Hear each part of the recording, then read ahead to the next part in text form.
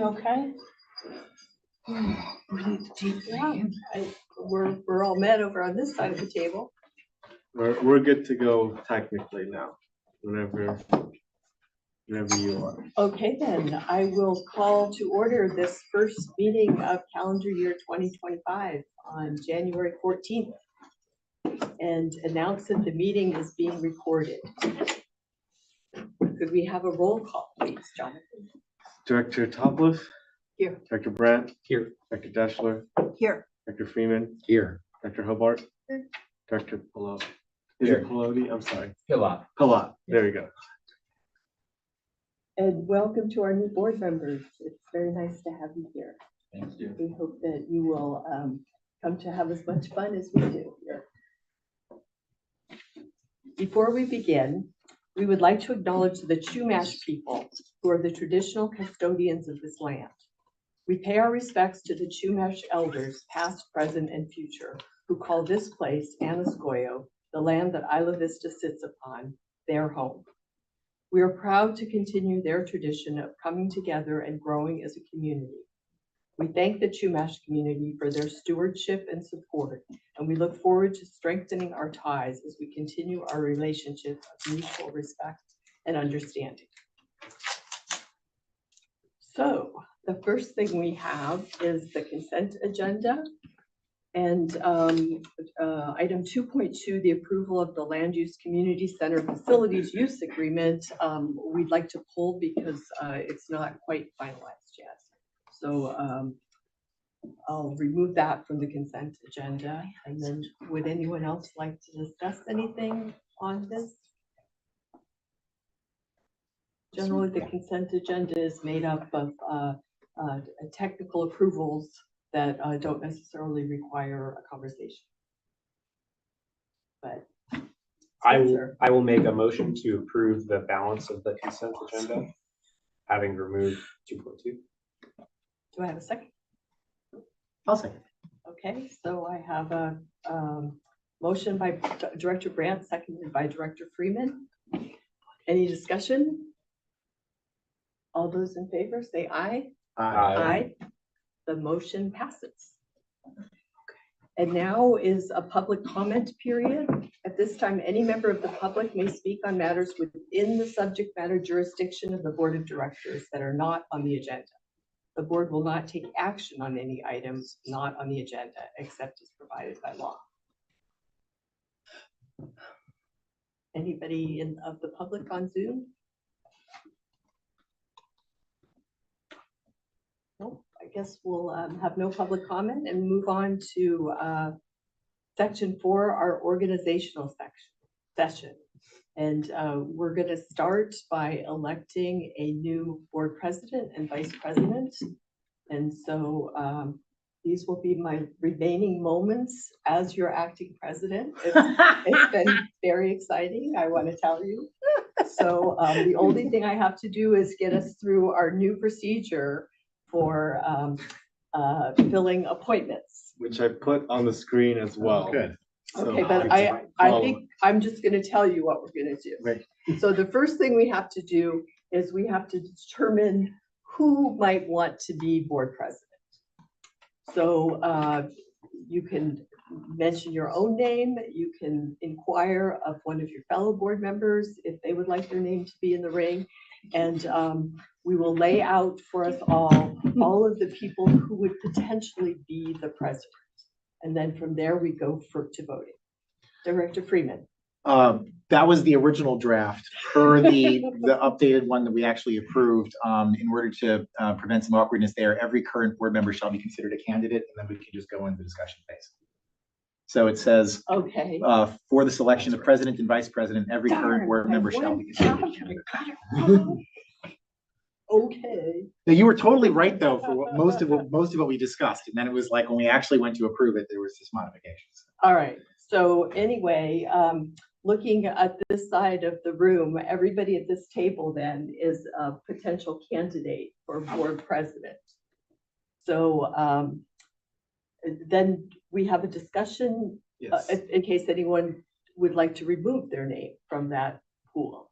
Yeah, you have an informal discussion of the candidates, so I guess of everybody or whoever you think would be the best board president, and then you provide a summary of your thoughts and preliminary ranking of who you think the top people would be for the position.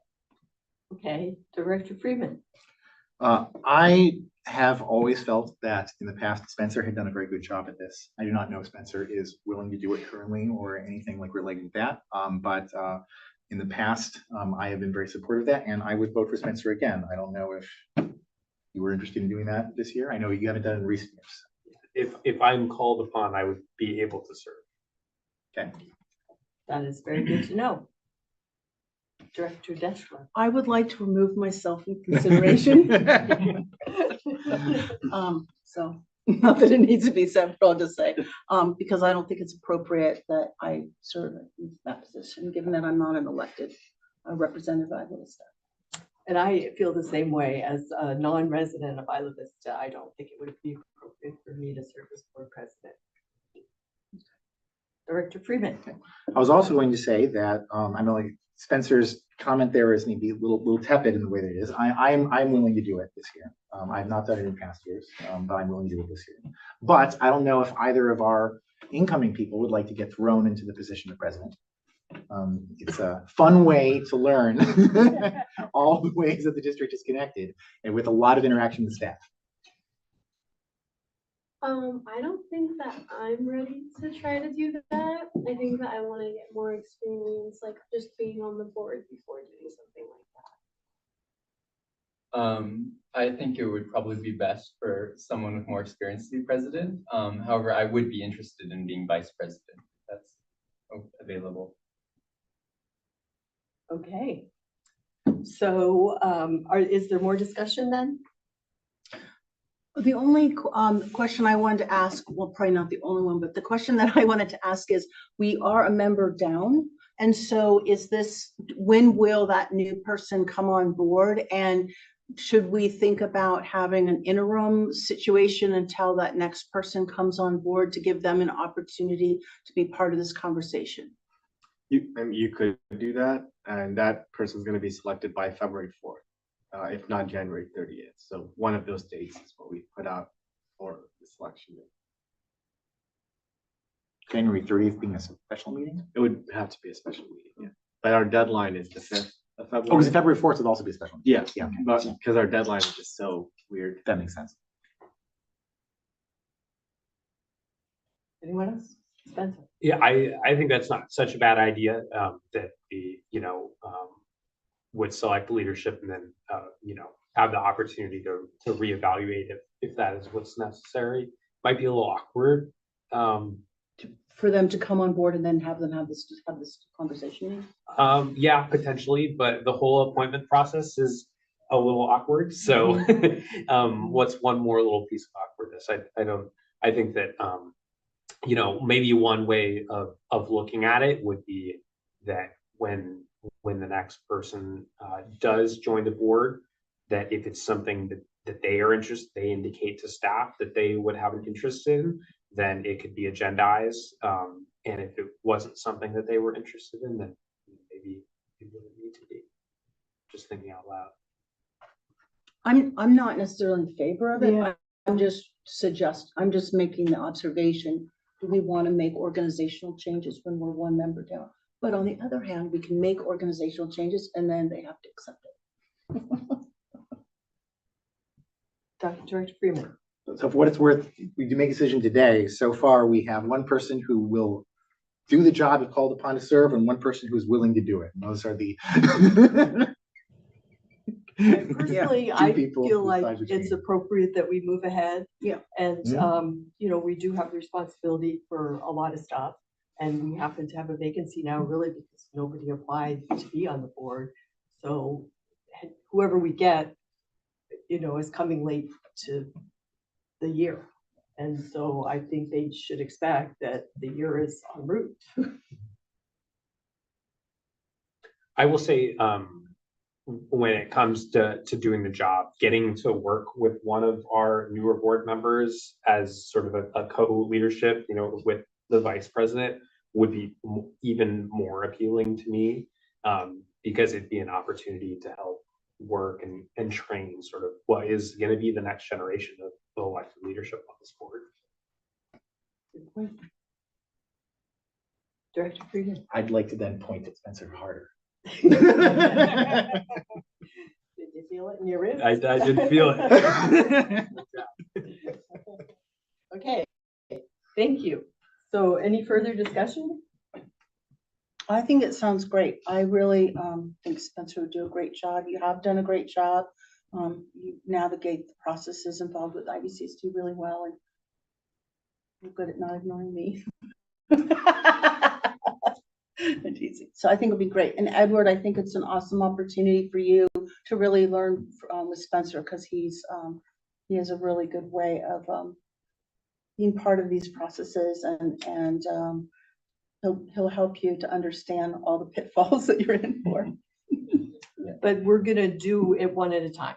Oh, so sorry. Forget Yeah. what I said. Edward.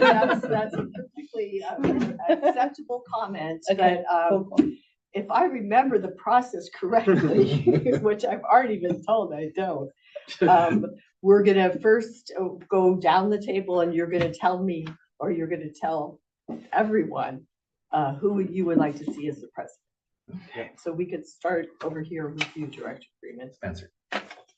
Spencer the Great. Spencer? Guess I got to vote for myself. Okay. Spencer. Unanimous vote. All right. Nice. Yay. Well, thank you to my colleagues. Being president's awesome. You just get to listen to everyone say nice things about you. No, that's not. That's good. You go back to the You regular still need to do a business. motion in public. Yeah. Yeah. Okay, so I'm gonna say something about that, or I just can't hand it over to. I'll move for approval You for saw- yeah, Spencer you to saw- be Okay. the new board president. I'll second. All right, And then you have to have public comment. any comments? All right, all in favor, say aye. Aye. Aye. What happened first was not. The motion passes. No, I know. All right. So now we're gonna move along to vice president. And as you know, I have served as a vice president this year, which has been a wonderful job and an honor. And I would be willing to do it again, but I am excited that Edward wants to jump in. And I know when I first joined the board, Spencer was the president. And I learned a lot from him. So I think that it's a great opportunity for Edward. So I'm certainly happy to see that happen. Director Freeman. So I am generally very bad at names. And right now, I'm very embarrassed that I do not know. Edward, Yeah. what was your name? Kylan. Kylan. Okay, so earlier, when the question was asked about going down the row, it was about who might become president. And of course, Edward noted that he would be willing to be vice president, not president. But I will say that we didn't necessarily get a feel on whether Kylan would also be interested in yes, this sorry about opportunity. So I don't want to loud Yeah. kind of jumped in order here. And so is this something that you also have this interest in, or? I guess I'm kind of curious on what that role really means in terms of like the position and how it changes things. Well, you do participate in agenda setting meetings. So you have sort of behind the scenes time with Jonathan to talk through some of the issues that are going on and how we're going to sequence them in terms of putting them on the agenda, what kind of materials we're going to make available to the board members. I would say that's probably the biggest ongoing responsibility. And also, are there new elections every calendar year, or how does that work? Yes. Yes. I think that for right now, then I am not interested, but perhaps in the future. For me, that makes this decision a lot easier. Thank you for pointing that out. So any further discussion? I just want to say that you neglected one of the important duties of vice president, which is to be the president in the absence of the president, which I've you are had my doing right brief now, shining moment. and have done a great job. And I just really appreciate your willingness to serve in the role over this past year. You've done excellent work. Thank you. Yeah. Agree. I just really appreciated, Carrie, you have such a nice presence about you, and you always kind of have a nice way of talking about issues and stuff like that. So I thank you for all you've done this past year. Yeah, for sure. And I guess I really should have turned it over to you after you became president. Yeah, so you know, you were doing your thing, you're- and I was like, you know, this is. Yeah, right. So I'll do that now, Spencer. Okay, now I have to figure out the process. President Vance? Okay, so now I think we go down the line and we indicate our first choice for the position of vice president. Director Green. Edward? Director Tesh. Edward, even though I don't know you. Edward. you. I'm also going with Director Palat. I'm gonna have to really commit that to memory. So I'm starting now. And I guess myself, Okay. Edward. All right. So we have a consensus. Would anyone like to make the motion? I'll move that we appoint Edward Palote to be our. Can you board- say, Palat. say, Palote. Edward Pilat. Palat. Maybe that's not the correct way to pronounce it, Well, but that's how I've how always you pronounced say it. it. Say it is correct. Yes. Okay, we have a motion from Edward top Palat left. Is be there our a board vice president. second? second, Is a second? Is there any public comment on the motion? Seeing none, we will go to a vote. All those in favor, please say aye. Aye. Any opposed? Motion passes unanimously.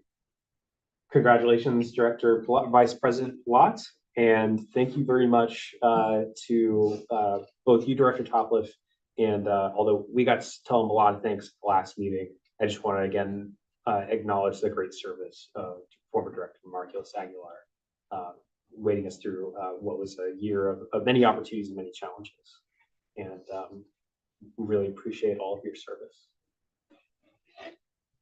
Okay, so now we're going to go to board committee selection. So for our newer members especially, this is the chance for us to look through the different committee assignments. And staff, maybe if you want to go through each and share how many vacancies there are on each of these, because some of them differ, I think. Yeah, and technically, the board can reshuffle these. Like if you're on a committee, you can say you want to switch to a new topic.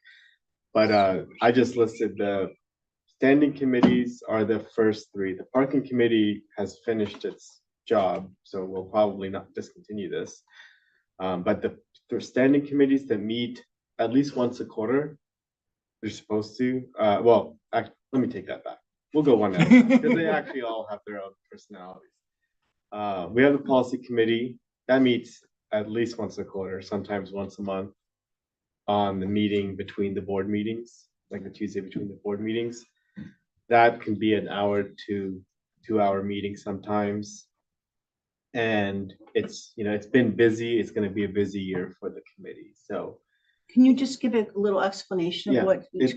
So it reviews our policies. So we have a policy handbook, and the committee looks at the policies before they come to the board. And sometimes the board says we want a policy, and sometimes staff does, or sometimes the committee does. But yeah, lots of different policies. HR, this appointment policy that we just used came from the committee process. So then the finance committee, they're not going to meet until end of February or March, but then they meet very frequently until the budget's finished in August. So very frequently has meant like once a month, maybe sometimes twice a month if needed, but we've gotten sometimes away with more than a month gap, but we're going to probably do more frequent this year. So, but it's between, let's say, February through August, you're meeting at least once a month on the finance committee. And I just also want to say for all of these committees, they are with some caveats more or less scheduled around the availability of the members on the committee to make it. Oh, yeah. Convenient, availability of staff too. For sure. Yeah, we've some of them have had regular times, like the policy committee, but we can always change it. So, but we got one for the year last time, the policy committee that worked. So yeah, we'll make it work. The legislative committee has not met before yet, but it's a committee that was formed to look at legislation and help make recommendations to endorse things for the board. Recommend things for the board to endorse legislative wise.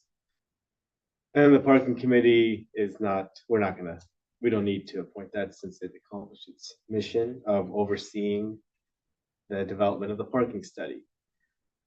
Well, I guess the board can discuss if you want to repurpose this committee to implementation, but maybe that could be a separate discussion. I think we need to think about how that would work more. We have some ad hoc committees, and ad hoc committees are supposed to be temporary committees that like look at a certain task to get that done.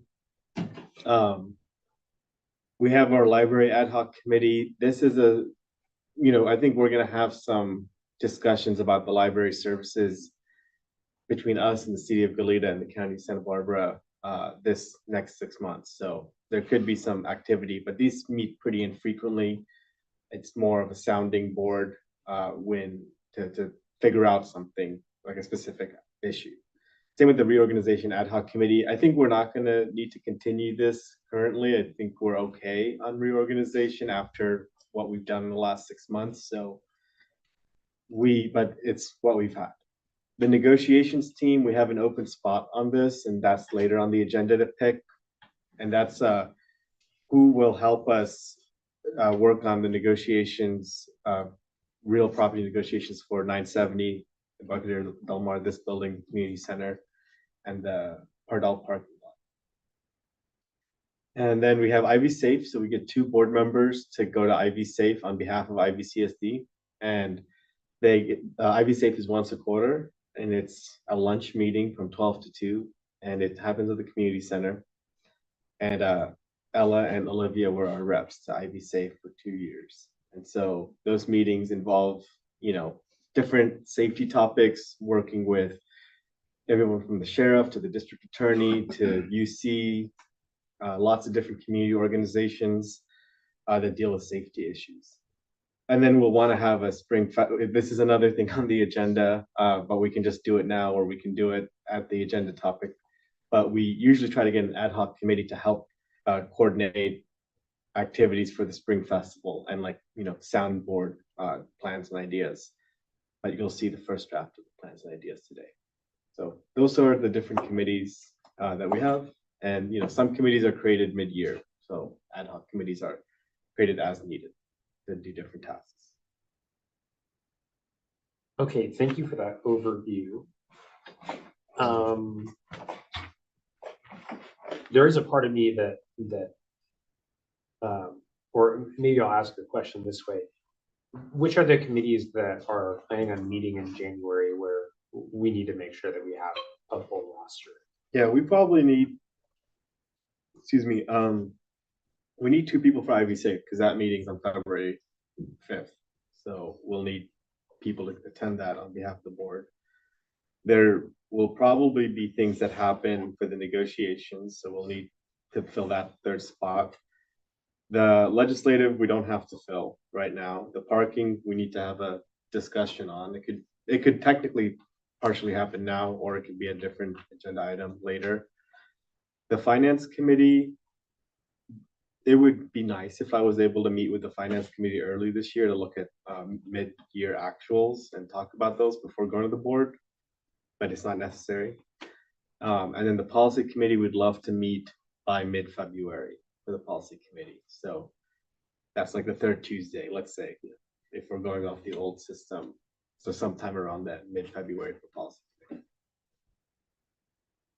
And are there 2 people per committee? 3. You can have three, up to 3. Up to 3. Okay. But parking had 2 last time, for example, so you could do 2 if you wanted. So legislative had always 2 as well. There was never a 3rd. So then I'm just going to point out Ivy Safe, just the weirdness of that since I go to those meetings. Okay. So that's probably a 2 max. 2 max, yeah. We 2 always, max, because I would be, so it's not Brown Act issue, Yeah. right? Yeah. Yeah. Do you all know about Brown Act? Okay, cool. Okay. Years. We're still on the learning curve. Still navigating. everyone. Yeah. Okay, so it sounds like, so we definitely need to to do that one. The reason I asked the question is because similar to what Director Deshwa mentioned earlier regarding board leadership, we will have a new board member that will be joining us by February 4th. And so similarly, we had a similar timeline when we had Director Schultz that got onboarded too, where I think we left we deferred some of the committee assignments till after that to make sure that there was the chance to reshuffle if we needed to. So I'm just going to say I would favor doing that as well, but I also want to make sure we get a full roster for the committees that need to meet before February 4th. So that's definitely policy committee. So I just want to go down the line for policy committee. Is anyone interested in policy committee? And is that something you'd like to keep? Oh, we might drive each other crazy. I'm so excited. I always have so much to say. I always have so much to say during those times. Okay. So I see Director Freeman wants to keep it. Director Delter is interested. I'm interested, but I'll defer to one of our other folks. Is anyone else interested in it? This is a committee with 3 slots. I am not. There's too much giggling going on. I'm not interested in policy committee. Yeah, I don't think that I am either. Okay. We can get away with 2 people too. At least like 2 people will make a committee. For now, at if least. anything, yeah. If it does seem like something that wants another person, I guess I could do it too. Okay. Well, let's make note of that, and then because we've got 2 enthusiastic and 1 maybe, and we'll keep going through everything else so that we can get through the things that people are enthusiastic about. Finance committee. It sounds like this is something that probably won't meet before the 4th, but should meet by the end of February. It should meet by then. I mean, it should meet before, which we will talk about separately. So this is something that I would be happy to keep. I'm also open to hearing other interests out there. Other interests from board members? Enthusiastically, no way. Okay, all right. And I'm happy to keep it as well. Okay. Interest Good from the job. rest of the board I love on it. finance committee. This is a really good one to be able to learn about the different operations that we do. Yeah. And trust me, we don't just sit there staring at numbers. I'd be interested in it. Okay, we have some interest here. We do a little staring at numbers. We do some staring at numbers, but it's the only thing we do. Yeah, I think I'd be interested in finance. Okay. Director Freeman. Yeah, I would pitch, I don't want to do it. I'm definitely honest. But I would pitch that this committee does have, like the policy committee is a lot of like looking inside and looking internally at the way things operate inside. But if you want to join the district to change how it operates externally, finance committee does do a lot of that because it's making decisions about the how much money gets allocated to what programs and in what ways. And so it definitely has a lot of impact. Eileen, are you interested in that? I think potentially. Okay, well, it seems like I'm not surprised we've got a lot of interest in this one, so I think let's go ahead and just defer the decision on that too. Finance committee. Defer. Yeah. Legislative committee. This, I will be super honest, I don't think we've ever Met. and I think the one time that we've had a couple legislative items come before the board, but I don't really think we used the legislative I committee. think it was even before the committee. So maybe it was ambitious of us to create this.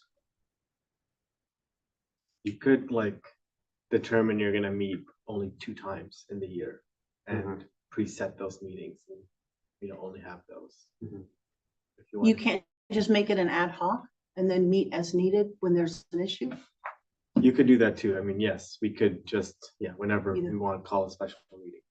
I think you're supposed to maybe establish regular meetings, but I'm not 100% sure. Got it. It's And not I'm- really doing anything. I recognize that even though it's not really on here as an assignment, because it's not one of our committees, Director Freeman is on the board of Santa Barbara CSDA.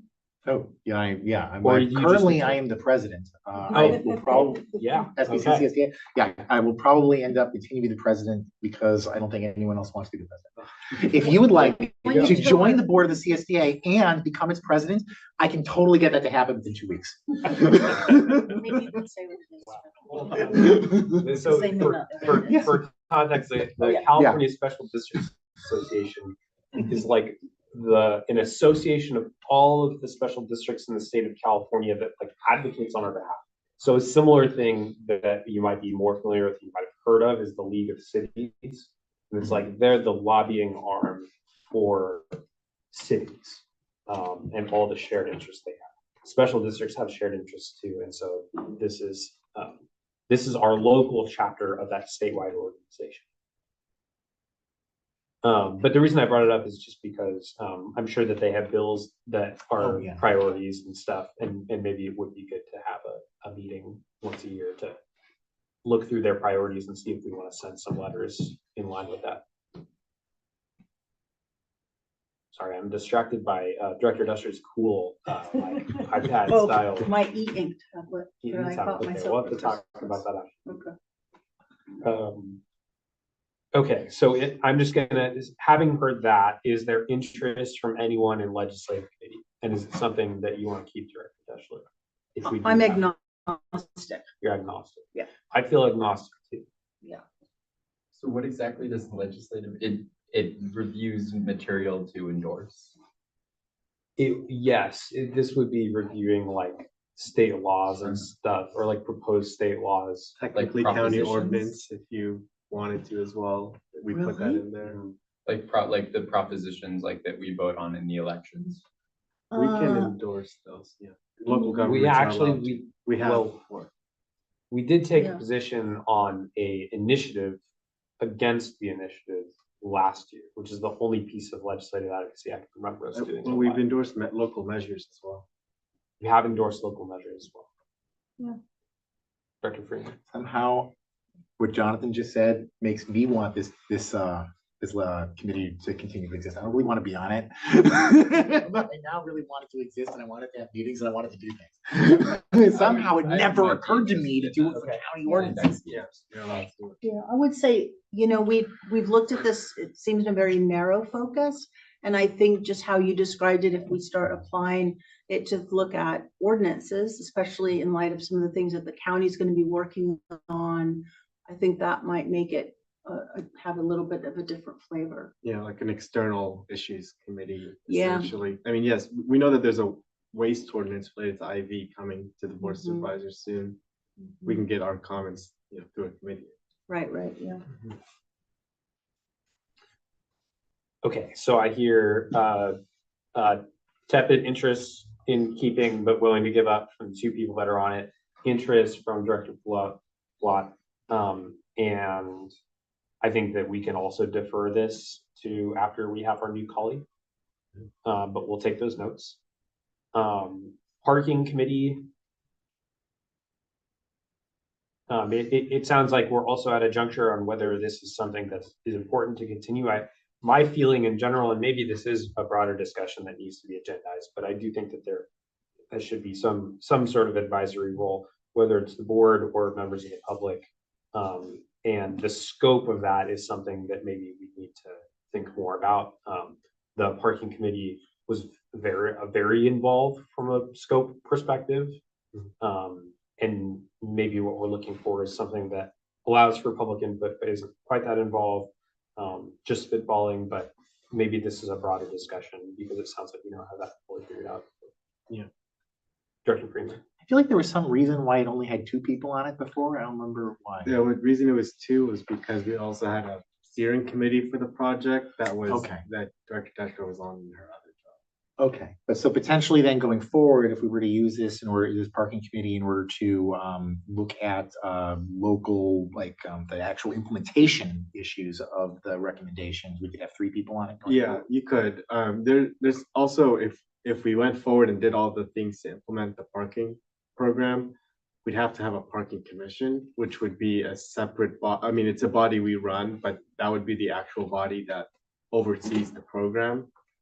But you could have this committee to maybe get updates on the projects getting done through the studies, like the mobility plan and the parking study, to maybe give the public a chance to stay involved in the parking and mobility issues. So that could maybe be a different future for the committee, since it couldn't directly manage the program. That would have to be by law, a different organization. Maybe this committee can just like keep us on track for those two topics, parking and transportation. Is the parking commission one of those kinds of separate bodies that is actually allowed to just be an overlapping body, so we can It's appoint a- ourselves as the commission? No, I have to, like, I get to appoint it, but the Okay. board gets to veto it, my Fascinating. appointments or something. Jamie can probably go more into I detail. don't even, I was wondering if it was like, all right, so yeah, maybe then we don't. So maybe again, I'm so non-committal today, but I'm like, I think we should defer this until after we have a better idea of the scope. Director Well, Topper. From the discussion, it does seem to me that we have really done a lot of effort to lay the groundwork. And so I would like to see us enthusiastically move along to implementation. And it does seem like it would be very helpful to have a committee be involved at that level. So maybe just as a straw poll for a committee that did work on parking and transportation, can I get indications for those interested? I'm interested in the transportation aspect of that. Okay. If that committee existed, I would be interested in it. Okay. But I'm not, I actually feel like if we're gonna have the parking commission, then we don't need a parking committee, Yeah. so. Okay. Well, let's just take those down as notes. I'm sure we'll rework things. Library ad hoc. I don't foresee that this is going to need to meet before February. No, it'll be fine. Yeah, I'll deal with it. Reorganization, it sounds like that is We no can take longer this off. going to be a thing. Negotiations team. So this is for university or for county? Property, these properties. This is for property. Oh, yeah, we have the two negotiations team. Note that Yeah, it's I was also gonna 5.4 say, on I our was like, I agenda. thought I was on that with Jay and Olivia. Yes. Note that this is 5.4 on our agenda. That's 5.4 on the agenda, so we will skip that till 5.4. But yes, you have the UCSB contribution negotiations. Yes. So this is the UCSB contributions negotiation team has met once to go over the asks that the district has as we work to renegotiate the contribution that UCSB provides to us for mutually agreed upon projects and services. And that amount is currently $200,000 per year for a period of 7 years. That 7 years has now lapsed, and we are working on renegotiating that. The reason it's met once is because we came up with an idea and strategy, and then have not been successful at getting the meeting necessary to reestablish those conversations, and are continuing to work on that. But I'd say that this is a great opportunity, if there are meetings, to really get to be a cheerleader for the cool stuff that we're doing at the district, and develop good relationships with our partners at UCSB. So just a straw poll on this, interest from any board members? Is this the one that I'm currently on, but not really on the negotiation team, but I'm there as like a consultant potentially? You're on the, no, you're on. There was the- one of these where it was like, yeah, okay, we'll have Jay You're technically a be on quiet the thought list. you member, were the on quiet the- member, right? That's Yeah, I thought you were. You're in our internal discussions, but you weren't wanting to go to the meetings with UCSB. Well, I think we all decided we better not, yeah. Yeah, but Okay, that's this one, okay, yeah. it's effectively those three people. It still counts. Yeah, I'm just very done. I'm willing to keep doing that or more, but whatever. I'm willing to keep it to you. I'm not, obviously. Obviously, yeah, obviously I was you're out, nodding yeah. my head because I thought Jay would, that would be nice. I think interesting. Okay, Director Hobart interested. Okay, now this is the save the best two for last, really. So Isla Vista Safe. This is Jonathan gave it a good synopsis, but I really view this as one of the more important external meetings that we have, or probably the most important external meeting that we have. It's a variety of partners regionally, including the county, the city of Goleta, various law enforcement agencies, public works department. It's everything that you can think of, and all focused around trying to work on things to make the community safer. And this is a task force too that previously had been started by the district attorney.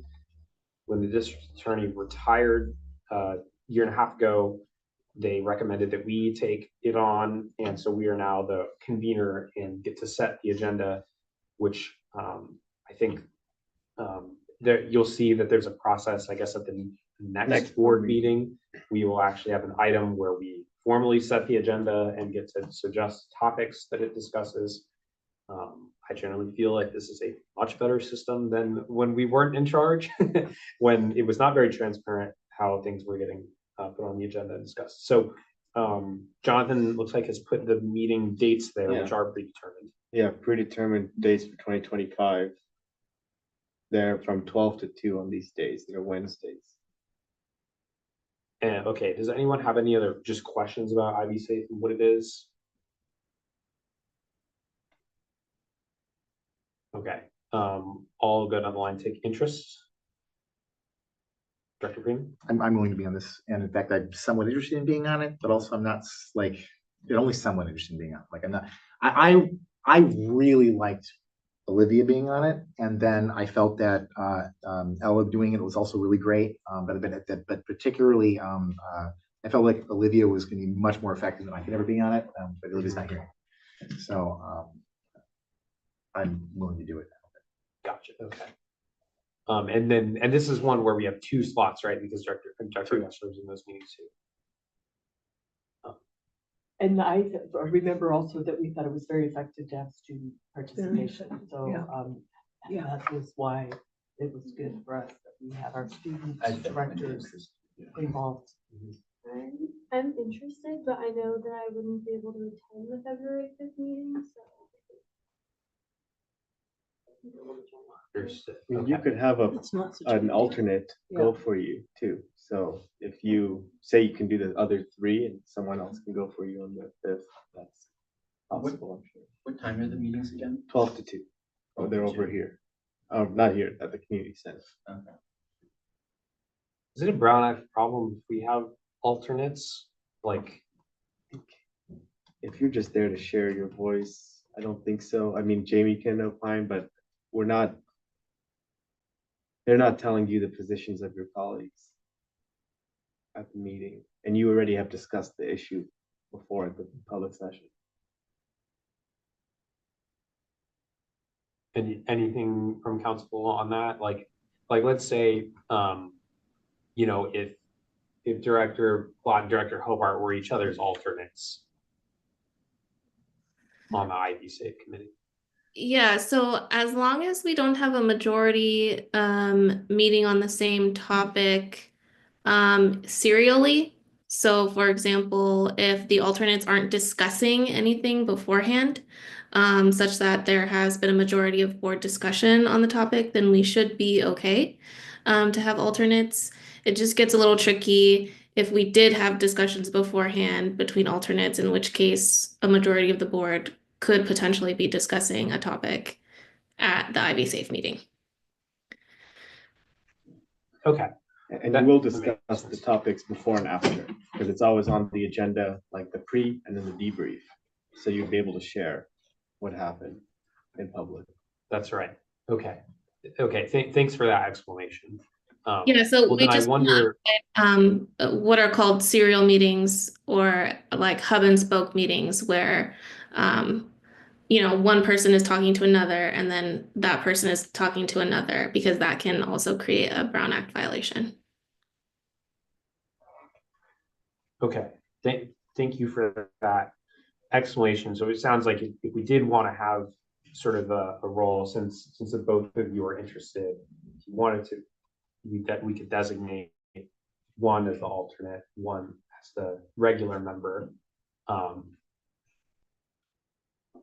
I'm throwing that out because I agree with what Dr. Taco said, that this is definitely something that really benefits from having a student voice. And that is, I think, what has made us like effective and powerful, is that we have students that are engaged and are a part of making those decisions. Whereas almost all the agencies don't. There is representation from associated students, which is also effective and definitely an ally in those meetings. And it may be appropriate for our new incoming board member to be assigned to that committee. It sounds like we probably do need to make this decision tonight, though, because of the meeting being on February 5th. Maybe we could just make it tonight for the February 5th meeting and then do it again. It sounds like we're gonna have to have this discussion a second time anyway for all the other ones. So yeah, we could do that. You could appoint 2 people just for the 5th, I guess. So then it sounds like Dr. Hobart's not available on the 5th. Dr. Palat is interested, and Director Freeman is interested. I would serve on it if was necessary, but we already have the 3 because Director Dashler will be there. So, What would you prefer to do it? Would you prefer, because I'm like, yeah, I'm interested, but I'm not like I think I have felt that your leadership over the years for the district in general has been very powerful and has provided a lot of continuity. And so to the extent to which, if you were willing to do it, I'm not like trying to do it instead of you. So. that's very flattering. Yeah, I agree with your observation. I think that because of there's an opportunity to be the face of IVCSD to the external community. And that is a place that you have so many agencies that I think you being there as board president would be very helpful. And I think especially given the nature of the things that get discussed, I think it would be really helpful to have your leadership in that meeting. Okay. Well, thank you for that feedback. It sounds like is this one where we actually have to do the process? No. No? No. Oh, okay. Wait, actually, why not? Why do you think not? Because it specifically states we had thought about doing it for committees, and then there was pushback, I think, from Spencer, and so I removed it I in was the nervous just thinking about how I'm gonna administer in the later process. edit. Partly also because I think that occasionally for some of these, the process has been that we don't even take a vote. The president is just allowed to appoint. Yeah. So That's true. as opposed to co-opting it, we decided to just limit it to be the president, vice president, and vacant seats. Okay, so then for the February 4th meeting, I don't think this is one where I appoint. I think we all have to vote on this, but I think for the February 5th meeting, let's say myself, Director Plot, and then Director Dusher will be there too. But is not an official one. I'll Do you second want a that. motion? That's a motion. Somebody's done a motion. Yeah, so who wants to make the I'll motion? make that motion. Okay, I'll second. made by Top, second by Freeman. And then do we have another one that we needed to decide on, or that we already decided on, that we can roll into this? Or did we defer everything else? No, Sorry, I haven't been keeping track. there's nothing else you need to vote on. Okay, I mean, you said Director Hobart for the UCSB negotiations team, but I think you can appoint that as president. okay, yes. So then we'll stick to the motion as is. Is there any public comment on the motion? All right, back to the board. All those in favor say aye. Aye. Any opposed? Motion passes. So the IVC for February 5th is myself, Dr. Palat, and we will see Director Dusher there too. And I will name, since that is an ad hoc committee, I think those are the ones I get to name. I will name Director Hobart to the UCSB contributions negotiation team for Spring Festival 2025 is the last one. You can wait until the item, see if it sparks interest. Okay. We will wait on that one too. And I think you described what it does really well. Okay. Well, I feel bad because I don't feel like we got through very many of those, but it's for a good reason. Okay, moving on to item 4.3, the resolution 25-1 for the board meeting calendar for 2025. Right, well, standard stuff, second and fourth Tuesday of the month. Next organizational meeting is January 13th, 2026. So we'll do this again in a year. And the July meeting is up in the air, like we've usually decided, which one we need to do later on, once we know our summer and budget schedule. And then, yeah, and again, same with December, moving the meeting up from not being during the UCSB finals week, but then not having a second meeting because then that would be on or almost the winter recess. I'll Okay, move approval of the regular meeting schedule for 2025. motion made by Topliff. Is there a second? Second, Okay. Any public comment on the regular meeting schedule?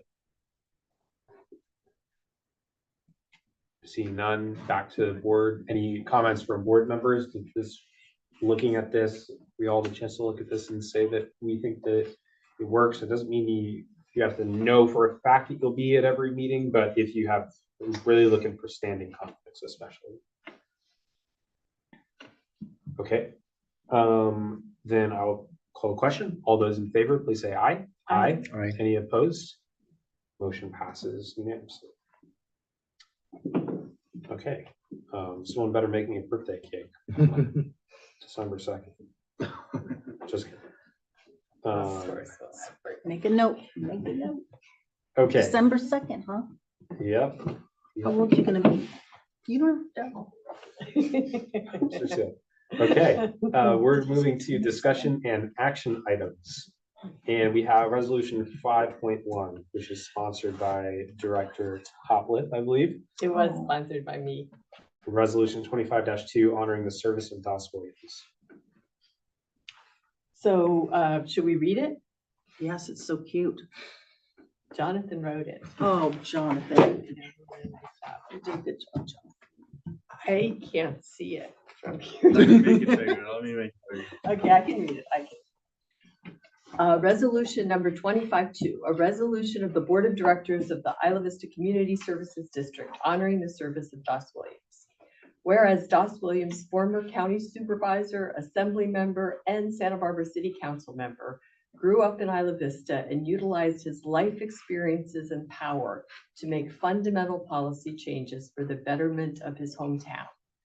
Whereas Das Williams has worked towards the empowerment of Isla Vista his whole life, starting when he was a teenager registering voters and turning out the vote in Isla Vista. Whereas in 2015, following a year of significant tragedy for Isla Vista, then Assemblymember Das Williams authored Assembly Bill 3, which allowed the voters the opportunity to create the Isla Vista Community Services District, which they approved with over 87% of the vote. Whereas then Assemblymember Das Williams invested a significant amount of his and his staff's time, financial resources, and political capital in order to successfully support Isla Vista's long-standing quest for self-governance. Whereas, while as a county supervisor, Das Williams did not directly represent Isla Vista, he carried with him his knowledge, experiences, and love for the community and supported its policy goals in the ways he was able. Whereas Isla Vista has some of the best surfing in the area, and Das, as an avid surfer, is always welcome to visit to enjoy it. Now, therefore, the Board of Directors of the Isla Vista Community Services District hereby resolves as follows. Section 1. Das Williams is honored for his long-standing career in public service and specifically his significant and fundamental contributions to Isla Vista and its ability to determine its own future, and he is wished well in any future endeavors. I hereby certify that the foregoing resolution was passed and adopted by the Board of Directors of the Isla Vista Community Services District at a regularly scheduled meeting held on the 14th day of January 2025 by the following vote. I guess I got ahead of us. We haven't voted yet. That's the resolution. I'll move approval. I will second. All right, motion made by Topliff, seconded by Freeman. Is there any public comment on the motion? All right, seeing none, back to board discussion. I just want to say a big thank you to Director Topliff. It sounds like we're going to get the chance to present this tomorrow at his career celebration.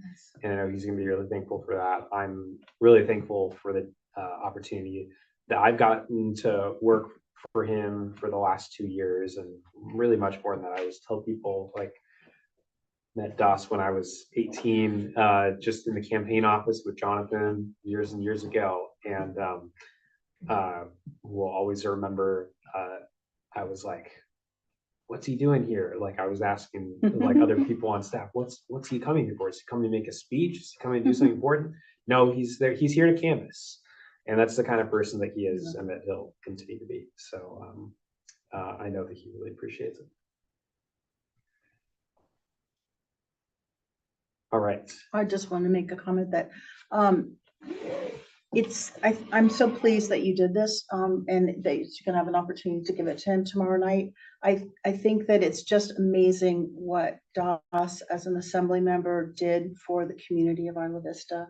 And he did it with a lot of people in the community and his staff, but he's really made just an incredible mark on the community, and it's really paving the way for and created an authentic way to have self-government in this community. And it's an amazing thing. I can only imagine to be an elected official and to have such a profound impact on a community, and one that he didn't represent. And it's, I mean, he did it as an assembly member, but then going on to be a supervisor, he was very helpful and very supportive of Isla Vista. So to have represented this area as an assembly member, helped to create this district through his leadership, and then to go on and serve as a supervisor, it's just, he's made an indelible mark, and just a wonderful person. And I've just been privileged to know him for many years. And so I also will be there tomorrow night to wish him the best. But I thank you for taking leadership in drafting this, because it's really well done. Director Freeman. I think it's worth adding also that sometimes elected officials do decisions that everyone in the community wants to have happen anyway, and then it happens. But Das actually took a step of doing something here that a lot of people pushed back hard on. And he took flack for it for years afterwards. And he was willing to do that, to take those actions and take that flack, because he felt that it was important to do this. And so I think it makes the action, like the work that he ended up doing all the more important and meaningful. So I don't think I could have said that better myself. Okay, we have a motion on the table to adopt the resolution. All those in favor, please say aye. Aye. Any opposed? Motion passes unanimously. Okay, we will move to 5.2, the Spring Festival Planning Update. All right, well, it's almost April. It's only 4 months away, 3 months away. So we have been working already. So this is the earliest we've been able to bring a plan for the Spring Festival to the board. And so thank you, Maya, for getting all this squared away. And we've had a couple meetings with key officials already too. So I'll turn it over to Maya to present what our plans are and proposals are for this year. Hi everyone, I'm really looking forward to talking about this. I feel like I've been researching by myself a lot, so it's nice to finally share. I'm just going to go over the objectives, things that we know that were successful last year, and then we'll talk about some proposals and things that I recommend moving forward. So starting with our objectives, things that I'd like to keep consistent are providing safe, healthy, and fun options for community entertainment, community building for Isla Vista, promoting arts and culture here in our community, celebration of the positive aspects of our community, supporting local Isla Vista businesses, and then giving Isla Vista the ability to have control of its own image and narrative, a local event under the theme of keep it safe, keep it local. And the new objective that I'd like to add this year is reducing strain on county medical services. And I'll talk a little bit more about my ideas on how to do that. So for the first objective of providing safe, healthy, and fun options for community entertainment, for safety, I'd like to continue having security in Little Acorn Park, EMTs, which I will propose to increase this year from 4 to 8, safety stations included in our event as well, a party safety for all pre-event that we had last year. I'd like to continue with key stakeholder partners, including associated students, Ivy Foot Patrol, our interpersonal violence investigator, and the UCSB Drug and Alcohol Office. To keep it healthy, I'd like to have free food for our residents, ample amounts of water, and bathroom accessibility on Sabado and at our event and at the community center. And for fun, I would like to promote local artists and entertainers, keeping the Keep It Local consistent. For community building for Isla Vista, I'd like to continue promoting Isla Vista Arts and Cultures with art vendors featuring local artists, giving them the opportunity if they'd like to sell their art, but mostly to present it, having an entire dedicated area for it. The creation of a community mural. This is something we didn't do last year, but I'd like to propose this year, having a space where community members can come and support the creation of a mural under an artist wing. And featured artists for all of our event graphics. So continuing what we've done in the past with having a local artist be funded to provide all of the graphics for our signage and our event. For the objective of the celebration of the positive aspects of the Isla Vista community, I'd like to focus on the local entertainment scene, providing exceptional payment to local artists who contribute to the festival. So last year we had a battle of the bands, DJs, and rappers, and I'd like to continue that this year, providing more time for our artists of all different types to share their talents, have a voting system where people can vote online or in person, and have judges to further provide feedback and support for rising artist careers in the musician field. The top overall winner will win a music video that we will outsource to a content creator that I have found and that is a local here in Isla Vista. And we will also offer the top 3 a place to perform at our event. Really keeping the emphasis on community involvement. We'd like to encourage volunteers. I'll be reaching out to all of our graduates from the CAP program and hoping to expand as well. And then also reaching out to community organizations to see who's interested in just participating as part of our event, whether they'd like to table about their resources or provide an activity. We'd like to have a space for them if they're interested. Support for Isla Vista local businesses. We saw a lot of success with having free tacos at our event last year. A lot of people were at our event waiting in line, getting food and water, and I'd like to continue that this year with offering contracts to the same taco vendors because they did an amazing and exceptional job last year, even when it got really crazy with a lot of people. So I'd like to continue that. And I'd also like to continue to collaborate with local entertainment art experts to allow our funding to support local entrepreneurs. So from our production to our entertainment managers to our art facilitators, I'd like them all to be local. And then giving Isla Vista the ability to have control of its own image and narrative. I'd like to, again, offer volunteer opportunities to residents interested in supporting. And like I said before, continue to host the Party Safety for All event before. One thing I didn't mention also is that I also had a local resident come and share their experience during Deltopia and how people can be more aware of how to respect their neighbors during this time. This event we held at the very beginning of spring quarter because Deltopia is that weekend. I'm considering also hosting maybe 2, one at the end of the quarter and then one at the beginning of the quarter. And then again, keep it safe, keep it local, making sure our messaging is consistent throughout the entire event leading up to it. We don't promote a lot during March, but we like to keep it very late, right at the end of March and very beginning of April, so people aren't anticipating a big event. Proposals. So these are the things that are new that I would like us to consider this year. The first thing is I would like to propose us holding a sobering center in the Isla Vista Community Center to help reduce the strain on county medical personnel and hospitals.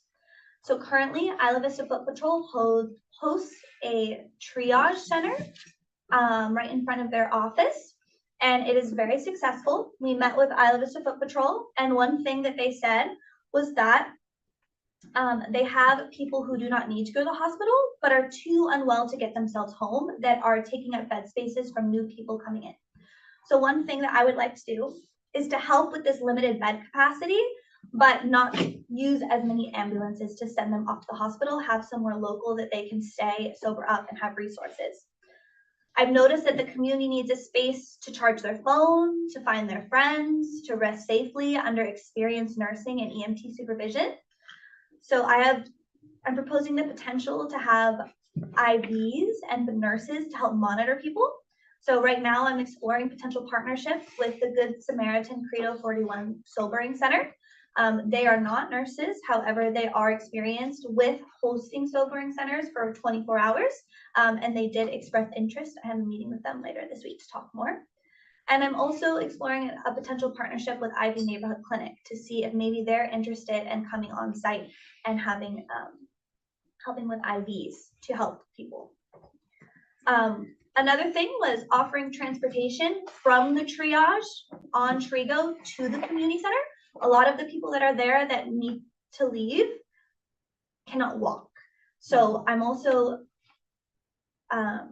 proposing that we have staff, designated staff with wheelchairs at that center, waiting for the medical professional to clear them from that space and tell them to go into our sobering center. So a path from Trigo to the community center on the sidewalk into the space.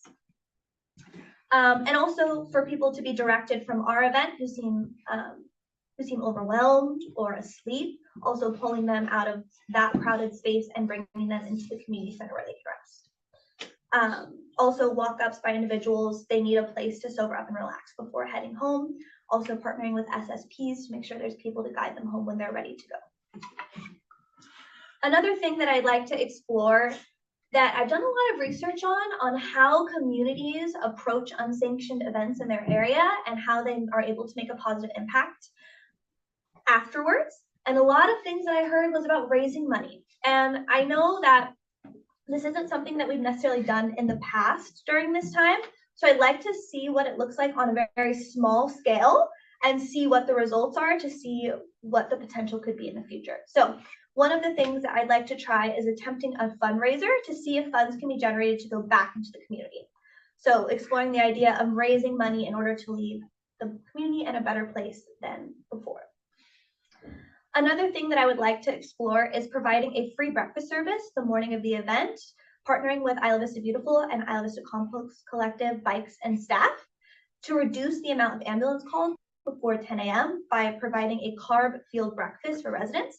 This was a big thing that we heard last year, was that there was a lot of calls before 10 and 11 a.m. And we're hoping that if maybe we can provide breakfast and food and encourage residents to take a moment to pause, eat, and slow down, that hopefully we can help intercept these calls and reduce. So I'd like to offer bagels, electrolytes, safety kits with resources, Narcan, instructions of where to go if you need help, where to find the sobering center. We had an interactive map last year with all of our resources, and I had a lot of positive feedback about that. So I'd like to continue that and make sure that people have that in their hands the morning of, and they don't need to seek it out. Another thing that we would like to do, or that I would like to do, is invest in structures that can be reused every year rather than re-renting all structures. Structures are really expensive. And I think while some things that are difficult to store, like big bamboo banners and structures, are good to re-rent, I do think that there's some inflatable things that we can invest in that would be long-term, and we could reuse them over and over again to reduce costs in the future. Last but not least on my proposals is to provide traffic control support to improve pedestrian safety on Embarcadero Del Mar. After exploring potential closures of the road, we've learned that that isn't possible because ambulances need a lot of access points in and out of the space. So I would like to have people out there monitoring people crossing the street, having stop signs, vests.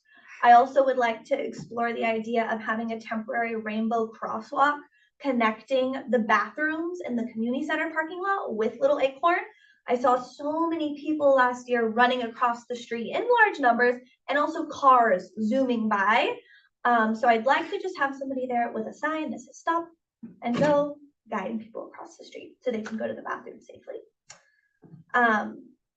Another thing that I actually really didn't write on here, but I'm researching after some conversations with partners, is the potential of having an Uber and Lyft pickup zone more inland of Isla Vista to prevent people from trying to get picked up on Del Playa or near. And that would also be something that would help with traffic control, and we would probably need staff there as well to monitor that. Still very much in the research process, but open to feedback on that as well. So there's a lot of chatting on my end. So that's broadly proposals, ideas of consistency, and things to add. Did we want to go through the proposed budget? No. Or that's linked. Later, yeah. So that's linked to take a look at. I've highlighted things on there if you want to look on where I propose we keep things the same and where I propose we expand based on everything that I just said. So that's everything. Open to questions and feedback. Excellent. Thank you for the presentation. Questions from the board? I'll start. Have a lot of thoughts. I know. I saw you were loading. Just a couple questions. So I love the idea of the safety kits. Is it possible for us to do test strips in those as well, in addition to the Narcan? I know that was probably the biggest piece of feedback I got from doing distribution last year, was people that wanted test strips. Yes. And can you talk a little bit about how the food vendors get selected? Yeah, so last year we just had the idea of tacos. And so I reached out to people that sold tacos in Isla Vista and asked who's interested. And we got 3 heck yeses. We have the ability to have mobile taco stands in our space. And we've got 1 no. And so then I reached out to someone with a more mobile setup. There's also another thing, we need all of our vendors to be TFF permit certified. So they have to have, we do their tents for them. So all their tents are ready for them, but they need to have transportable like warming kits and such. I'm open to the idea of exploring a different type of food. Tacos were really easy to prepare on site. So that was the consistency, but yeah, I'm open to other ideas. I think that's great. I'm just really glad to hear that it's local folks. If there's a way to get others involved in addition to just the folks that sell tacos, I think that's awesome too. But The Ivy Food Co-op does all the snacks and water. Oh, yeah. So good. we buy Awesome. like how much? $5,000 or so of snacks and water. Good to know. Good to know. Other questions from the board? I was going to ask a question about Little Acorn Park, and if you thought that that previous years, if maybe it's gotten too big for Little Acorn Park, if there's been any consideration about moving it. I like Little Acorn Park for the location. A lot of people are walking by when they're going from inland to Del Playa, and I think it has good visibility. However, this year in my map, I was considering expanding a little bit more into People's Park as well. So literally just right across the street, I was thinking of maybe having one of our set up there and having the art there. One thing I noticed last year was when we had artists on site next to like the DJ area where it was really crowded at Little Acorn. A lot of people are bumping into things were getting knocked over. So I would like to push the art section into more of like a chill zone beyond into like right behind the parking lot of the community center and in that area. And to the right of it, there's that little square. Yeah, that's what I was thinking is how can you bring some things over on this side, and then how you have the rainbow crosswalk is such a great idea, but then to integrate this area a little bit, because I could see this being more of a chill zone. And then if you have the sobering center, which is also just a great idea. Yeah, Thank you. it's exciting. It's very exciting. Great ideas. Any other questions from the board? Director Fraser. What is the, if any, action that's being taken there? Just ad hoc committee members to help, soundboard any additional changes, and then we'll bring a final budget soon to approve March. Director, question. One comment I had is that I'm so appreciative of the work you do, and you're so thorough in how you approach issues. And I just think that it would be really nice to be able to share some of this maybe at Ivy Safe. I don't know if we could, but sometimes the people in the community, and especially the Ivy Safe people, they're not aware of all the work that goes into and all the thought that goes into these types of events. And I really like the idea of IVCSD being able to share on the front end with this group, especially because it is, 2 months before the spring festival. I think this is the first time we're ready to present this Yeah, early. yeah. So we can definitely do that February 5th. Even if it's not final, Yeah. I just think that my getting up there and being able to share it would be really positive. Yeah. We'll do it. Okay, seeing no other questions from the board, any public comment on this item? None. Okay, I'll close public comment and bring it back to the board. I have a lot of comments, all very uniformly positive, because I think that there's a lot of both good stuff that you've done last year that you're continuing, and also new ideas. I'm really excited to hear that Good Sam is interested in partnering on a sobering center. And I want you to know that that is the fulfillment of like a whole generation of So Isla Vista's true. dreams, if we So can make true. that happen. Yeah, It's so necessary, giving people somewhere where they can just sober up, where they may not need intensive medical attention. Yeah. And I also think that you have gone above and beyond to try to look at how other jurisdictions handle this, and that you might have unlocked something really important that I don't think I've ever heard thrown out there, is making this into a fundraiser for a positive cause. Yeah. I think that that is really important, that, or could be important to shifting the mindset of people that are attending the unsanctioned parts of the event. And I hope that that is something that we can pursue, how we can do that. And that's the kind of thing that people in IVC should definitely hear about too, that we are pursuing that. And then in general, I guess this was more of a, I should have asked the string questions. Can you talk more about the traffic control aspect? You touched on part of it when it comes to the Ubers, but. Of course. So like I said, two big components of traffic control. One is really targeted in our event space where we are. No parking in front of our event space, making sure that area is open and clear for pedestrians to see both ways, and having, I think, two staff, because I'm thinking of like a very big rainbow crosswalk, like thick, starting right in front of the community center and going all the way to where the stop sign is. And so having one person by the stop sign between Embarcadero and that street and the community center. So having two people communicating with each other, stop and go, stopping people from crossing. So that's the first part of traffic control. And then the second part of traffic control, I'm exploring, and I need to get Uber and Lyft on board, which I'm hoping there's a process and a way for us to do. But we're looking at where the old car wash is. I believe that's on Seville, right, John? Madrid.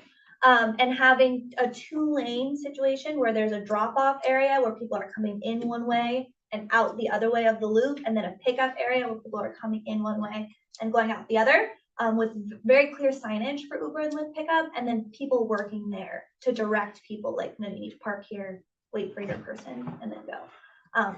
Taking a lot of inspiration from what I've seen at concert venues at different places, like there's always a designated pickup, or like the airport. Having staff tell people, no, you need to move, no one's here, and just having that really clear. That was something that we heard from some of our stakeholders, was that traffic is a mess. And if we can't close roads, we want to make sure ambulances have an accessible space. So that also means controlling where people are going and staying, so that roads are as clear as possible for medical personnel to get in and out. And if they know where the roads are ahead of time that Uber and Lyft are using, maybe they'll find a different access point so that they also don't need to deal with that traffic when they're coming in and out.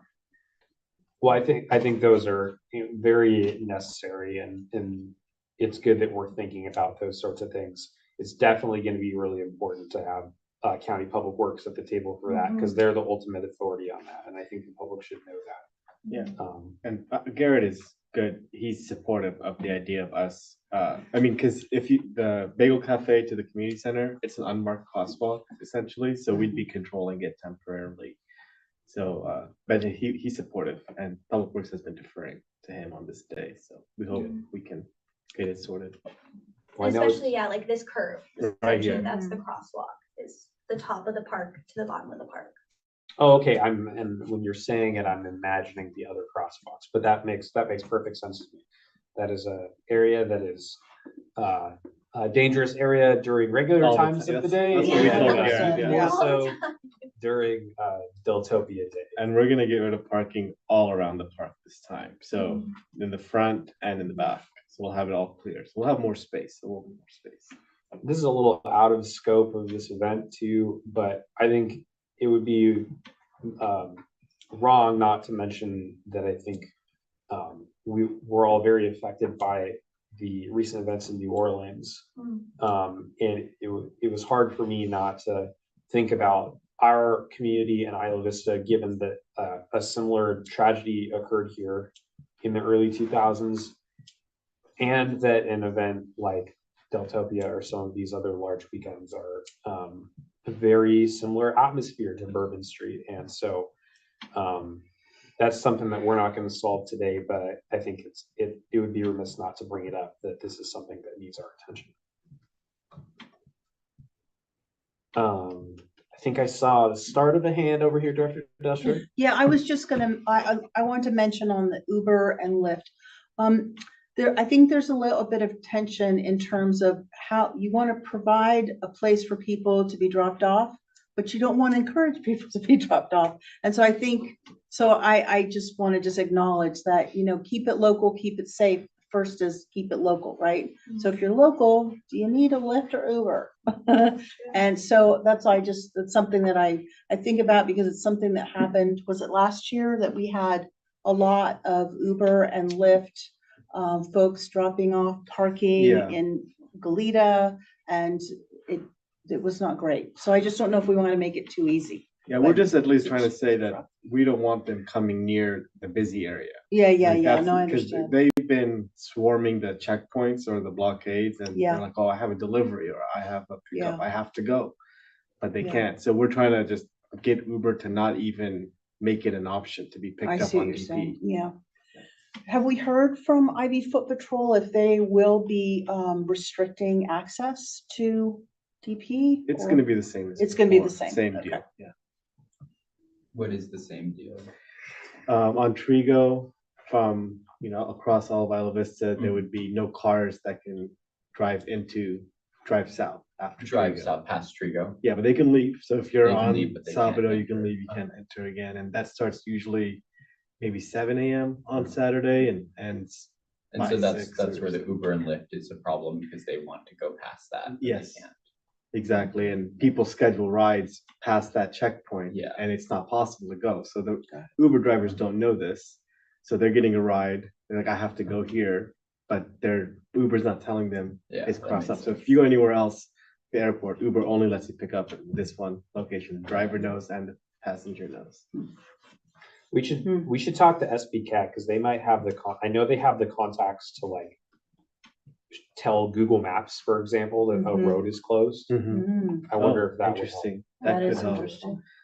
That's a good one. Yeah, we would want to show the roads as closed that day for anybody. Because we also, we're going to be communicating with the businesses as well about their deliveries. And Garrett's going to talk to USPS about mail being delivered that day. And so we're Good. trying to get rid of these cars and as much as possible. That's good. Good. I'm glad that we're thinking about that. And while this isn't germane to the festival either, Director Dashler reminded me of it, that it might behoove us to try to invite a representative from the Santa Barbara Airport to the next IVCSD meeting, as they also had some impacts last year. And Yeah. Garrett's been talking to them too. And yeah, they're part of the discussions now. We know to include them now.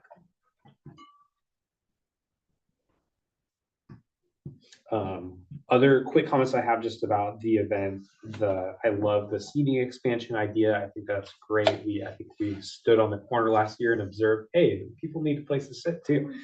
So that was super cool. I love the party safety for all events. I know that's something that has been done by associate students that passed super successfully, and maybe there's a collaboration there, but just so re-educating people about if you are going to engage in this behavior, here's how to do it safely. And then I think when we debriefed from Deltopia last year, we had a good, healthy discussion about the need for us to work with our partners to think more creatively about what the messages that we're putting out there. and not inadvertently attracting people into the community with a message of it's going to be chaos. There's going to be cops everywhere. There's going to be all this enforcement. So I think you got the right idea by talking about keeping it safe, keeping it local, the tried and true messaging. And I think that, you know, we will continue to do what we can with our partners to try to encourage them to take a different tact than we saw last year. I have a question actually. Go ahead. For something like a sobering center, assuming that it works out for that to be a thing, is there any like repercussions for underage students that are using resources that have like drank or things like that? Because I think that that deters a lot of people from using resources like that if they're not aware that they're protected and that they can, you know, take advantage of that. So I think, I don't know, do you know if they're protected with those resources or? I do believe that they are protected. Okay, 'cause I feel like that would be an important thing to like really put out there for everybody. Like you can go here and nothing bad will happen and you can take advantage of this and like, you know, be safe. Yeah, I think that's a really great point. Yeah. I will make sure and double check with IV Foot Patrol that we're okay to have that messaging, but to my knowledge, we can put a lot of restrictions in like how data is collected about the people who show up and remain anonymity. I'm saying that wrong, but you know what I mean. And I think that's a really great point. Thank you. Yeah, because people who are in these situations, they're not getting in trouble for being drunk, right? So they might be too drunk and then they were brought to the triage center because they needed help. Yeah. Then the doctor said they don't need to go to the hospital because they have a physician there that says, you know, this person needs to go, this person can recover here. But once they're determined like they can recover here, that's it. Like they can leave anytime and we're just the place they can go instead of just staying there. So it should be okay, but you know, we'll Yeah. double check. How far is the triage center? It's on Trigo. It's Okay. right next to IB Theater and IB Foot Patrol. So, and then we're right here. But I think that's a really important question because at least the way that the other Good Samaritan Sobering Center works, it's a little bit different because it's a different clientele, but it is people that have been arrested and detained that are then put there instead of the jail, which is its own form of harm reduction. Right. Yeah. But you're right that the entry, I think figuring out what are the entry points, how does someone get there? Yeah. What are the different use cases for how someone gets there is important. And I think in general, kind of like spreading the information of like I forget the exact name of it, but where you can like call an ambulance or something for your friend and not be in trouble. Good Samaritan. Yeah, the good, Samaritan yeah, Help? it's like, Yeah. I think that's what it's called. I think that spreading that kind of information, like, preceding Deltopia would be really important because even just in my last like year and a quarter of being here, I found that there's actually a lot of people that aren't aware of those things. And I think that like putting that out there and educating people before Deltopia happens could really help with, like people that are kind of being left by their friends or things like that. And then if we coordinate that with, say, we have a sobering center, we can kind of almost do it like a informational like poster where it's like, you're not going to get in trouble if you do this. Here's where they can go. Here's a map. Like that way everyone has all that information and feels like they're safe and their rights are protected. Yeah. We can definitely include that. We do a door hanger before Deltopia. So every door gets like a message from us. So we can include that kind of thing. And we do social media ads. So we would do what you said and then put a bunch of money behind, make sure everyone sees it. So. Yeah. Any other comments from the board? Just thank you. Yeah, and kudos for getting this done earlier in the year than we've Yes. had it in the past. It still feels late. Everything always feels late when it comes, you know, we got, what is it, 11 weeks, 12 weeks if we're in week 2? Something like that. A little Something less, like a little that. less, Yeah. maybe 10. Yeah. But I feel very prepared. I'm glad that we have a lot of things that worked last year that we know worked. And so really we're just expanding and seeing what we can do better and how we can better help. So I'm really looking forward to it. Thank you for all your diligence. And so having heard that report, I want to take us back to the organizational session for appointment items and ask again to the board. Can I get a show of hands for people that are interested in diving more into things like this on the Spring Festival Ad Hoc Committee? I'm interested. Okay, you have an interest, Director Hobart. Any other interests? So that's separate from the IVC. This is separate from IVC. Yeah, They'll intersect for sure, though. yeah, they will intersect somewhat. I'd be interested too. Okay. Director Tupper, okay. Any other interests? Seeing none. So since this is an ad hoc, I think that I appoint. So I will appoint Director Watt, Director Hobart, and Director Tupper to the Spring Festival Ad Hoc Committee. Congratulations. Okay.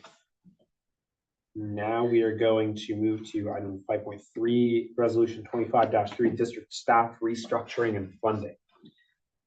All right, well, we are doing another restructuring 6 months later, but it's another situation where we had a certain structure. We thought it worked really well. We tried it out in the interim period, and we liked it, so we're proposing to keep it. So what resolution 25-3 does is reorganizes us in a way where we're essentially removing 2 positions and replacing them with 2 positions that do similar things, but are adapting to the changing needs of the district. I think like one of the biggest things that is driving this, or one big thing on our plate this year, is parking and transportation implementation. That's part of our, blooming public works area. It's just becoming a bigger focus for the district. So that's like one driver. It's not the entire reason or even like the top reason, but it's for sure a new driver that we didn't have before. And we've also really rapidly expanded our public works offerings. The tree policy is new. We now have approved that. Public art was approved in this last year. And so lots of things have grown and developed and expanded, and it's just become an area where we have also been able to have an impact. Like we've had real results, and we've seen the impacts of our results. So it was a good idea to look at how we were organized in this setting and make some changes. So we've had before an Ivy Beautiful program manager and Ivy Compost Collective program manager. The change is going to be to have a public works and sustainability director, and then a waste diversion and reduction program manager. Compost, that's what it's doing, right? It's diverting and reducing waste, but it's now expanding the scope beyond just food scraps for that. It's not for that role, because it's a new role essentially that inherits some of the old one. So that's the general gist, and the cost to the district is essentially $3,000, based on spending we didn't do last quarter versus the price differentials between the new positions. So it's a $3,000 additional cost from what we had budgeted. And yeah, I can go over the specific job descriptions, but I just wanted to pause, and I have a proposed updated org chart here of how it would look. It's hard to maybe see on this screen, but you'd be able to zoom in on your own to see how the org chart would look under this scheme. But yeah, it's hard to see on this TV. But yeah, I'm happy to take questions and then go into the 2 positions more. Okay, any questions from the board? Director Freeman? So many questions. This was probably explained at a prior meeting, and I'm now not remembering of this, but the little squiggly, sorry, not squiggly, the dashed blue lines, how do those work? Oh, in the org chart. Yeah. That's from the community engagement department. They coordinate all of the outreach and social media and, all that kind of stuff. So that's what the dashed blue lines mean. It's not a supervisor, but all outreach and, media goes through that position. Okay, so but there's also one, I think that's going from the box for community programs and engagement to parking. Well, yeah, because they handle the social media and outreach related to the parking. Okay. And so the assistant general manager to interpersonal violence investigator? I don't see that one. I don't think it's Goes to housing. Yeah, it's going to, No, there's one that goes. I think it goes through and Yeah. below housing. Because like the line connects through, like it could be a. unless you're typo. saying the interpersonal violence investigator is connected to housing, but I don't No, think so. it's not. So I think that I'll line is look at it continuing again. I'll through look that. at it again. Okay. It might be a typo. Okay. It just essentially means like, you don't oversee, but you like are connected. I mean, You we're have all some connected. relationship. Okay. Yeah, and I know we've had iterations of these too, where Yeah. it spells out the contracted services of the employee services, which are a little different too. So, Probably have more questions, but that's my question right now. I'm curious. okay, other questions from the board? I think it would be really helpful in this type of situation to have something written that's not just like a memo. Okay, okay. Yeah, because it's just it's hard to see the chart and then you've got, so I understand you're proposing these two. It would be just been nice to have it written down. Okay. Just a little bit. Yeah, I mean, we did it exactly like this last time and it seems sufficient. Yeah, I in should have May, yeah. complained then too. Yeah, no, it seemed, it was sufficient at that time. Like, we had the two job descriptions and Yeah. the resolution and the Yeah. org chart and the costing, so So, we can okay, do that next time for sure. so what, yeah, I'm just a big fan of creating more work for you. What you're saying is that the position that Jenna is in is gonna change. And then the position that Carly's in is a new position, Both essentially. positions are new, They're new, okay. both are new, yeah. And so what is okay, got it, I guess. But, so let me explain a little more. I mean, Okay. they're successor positions, Yeah. but they're different. They're totally different positions. I mean, we've never had a public works and sustainability Right. director. It Yeah, takes on existing tasks that like grew, but also adds new tasks that haven't been done before. And then with the waste diversion and reduction manager, again, it takes on some existing tasks that we've Uh-huh. had. It redoubles down on some tasks that were like thinly addressed in the past, but now they can be more fully addressed. got it. Because again, our scope has grown in this area. Yeah. We started off cleaning up graffiti. Yeah. And now we do so much. We're doing like 10 times more than that. So there's more depth. So it's Mhm. more scope for sure is what it lets, but also more depth on certain areas. Mhm. And that's really, let me go into the job descriptions. But I don't know, I can wait. I thought the public works I thought that this is what was in the interim, was a public works. Yeah, it was the It interim. was, Yeah, my okay, so mistake, yes. this isn't a new position, this is what we had envisioned. Making it permanent, yeah. Making it permanent, okay, Yes, thank you, that's yes, what I yes. was confused I about. Okay. misunderstood. So the Because real- Jenna's not in that position today.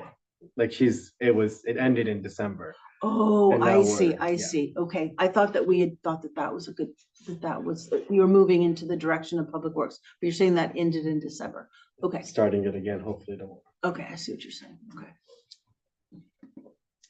Okay, any other questions, Director Freeman? So, the parking, community planning and public safety are not under Sydney? They're just directly under you? Except for the dotted blue line?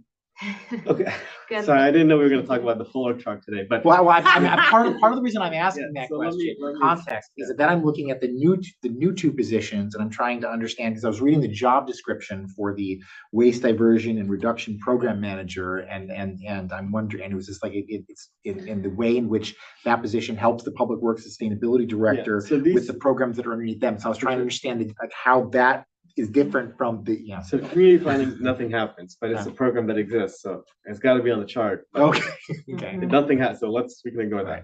Public safety, I manage those contracts directly, so I work with Chief Yao and to deal with, what's going on, get the data, the reports. So I mainly handle that aspect of those programs. Other people have different roles though too.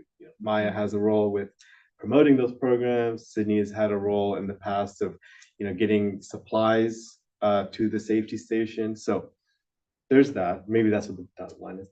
And then I chair IVCSD. So that's like the service area that I kind of work on is public safety.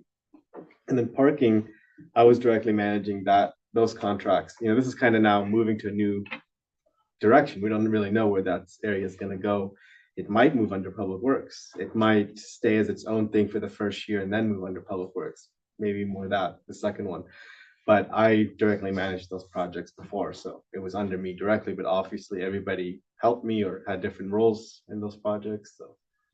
The thing that I think that I've been confused by trying to parse the chart is like, I kind of would have thought maybe that everything is under you, and then there would have been one of those side boxes for Sydney because she's providing assistance to you, managing the things that are below you. I see. And so that's, I was But trying to that's effectively contrast what's that. also happening now. Okay. So it might not, it's Yeah. kind of like that, but Sydney's gonna provides additional supervision with Jenna and Maya under this chart.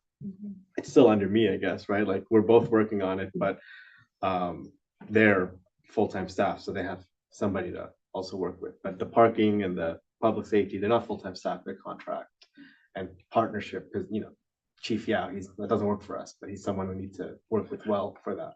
In the way that this chart is done, does Jenna somewhat strictly report to Sydney? It's not strict, none of thing is strict. Yeah, that's why I was but- somewhat strictly. But no, yes. The idea is that Jenna would report to For- Sydney more than, because you're up. Not more than me, but like, yes, for certain things, right? Like, it's for not all things, but me and Sydney meet with Jenna on a one-on-one meeting regularly to set, you know, priorities and all that. So that'll continue. I'm still involved with everything. I'm not saying you're not involved in anything. I was trying, because again, I'm trying to contrast the way that part of the chart is constructed from the way that the Public Works and Sustainability Director, Waste Diversion Reduction. This part, the left part you're confused about, it all has staff, and the right part's all contracts. They're all external contracts. The thing that I'm saying in the contrast is that there's the boxes where it says general manager, under general manager, assistant general manager, under assistant general manager is a bunch of stuff. It's all staff. Yeah, and then with the Public Works and Sustainability Director, there's this left jutting line for waste diversion and reduction program manager that is similar to the left jutting line for accountant. No, yeah. And so I'm looking at the job description, and it says that with the direction of the Public Works Sustainability Director, the Waste Diversion and Reduction Program Manager will work in coordinating activities for the Public Works programs, including Alvis the Beautiful, Compost Collective, and it sounds kind of like one of these like assistant management roles than like an accountant role.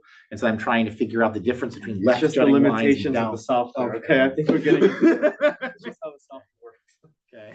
Anyways, that program manager will work on multiple programs, so I couldn't put them under one program. And so I put it there because it'll display that. Maybe what would be helpful is if we went to the job descriptions so we can get more fleshed out. Is that something that we want? I can do that. Okay, thank you. So the Public Works Director job description, let me pull it up.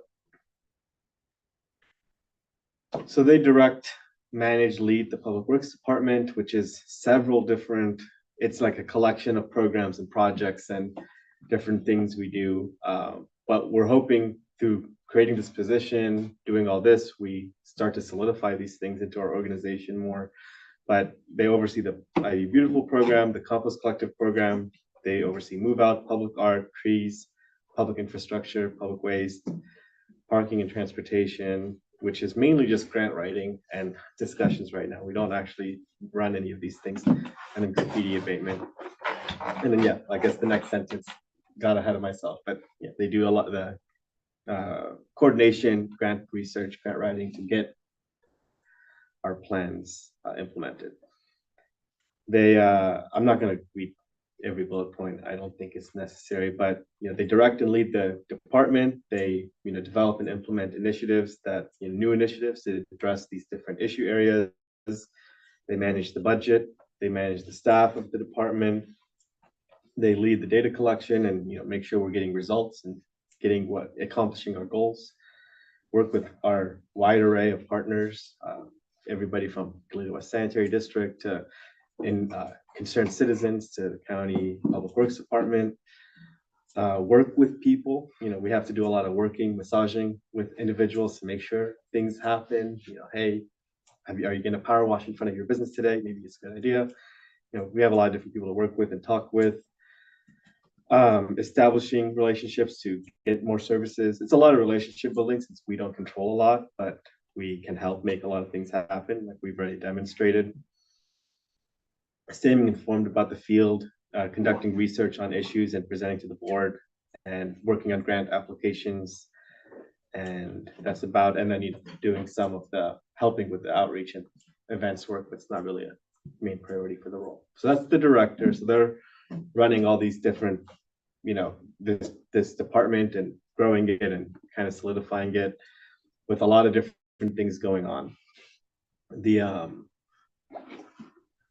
waste diversion manager or waste reduction and diversion manager is more focused on ongoing services and delivering those. So that's going to be, working on the IV Beautiful and Compost Collective programs and contributing towards on the move out and public waste and graffiti abatement. But you see, it doesn't include like a lot of that other list. They work on, the monitoring documentation of issues. That was part of Jenna's job before, like, documenting the trash bins overflowing and making the case for that. Or, look, something we've gotten into recently is shopping carts being abandoned all over Isla Vista just on their own. So like figuring out who to talk to and resolving the issue. So that position will do a lot of the, on the ground work of scouting and working with people to resolve issues.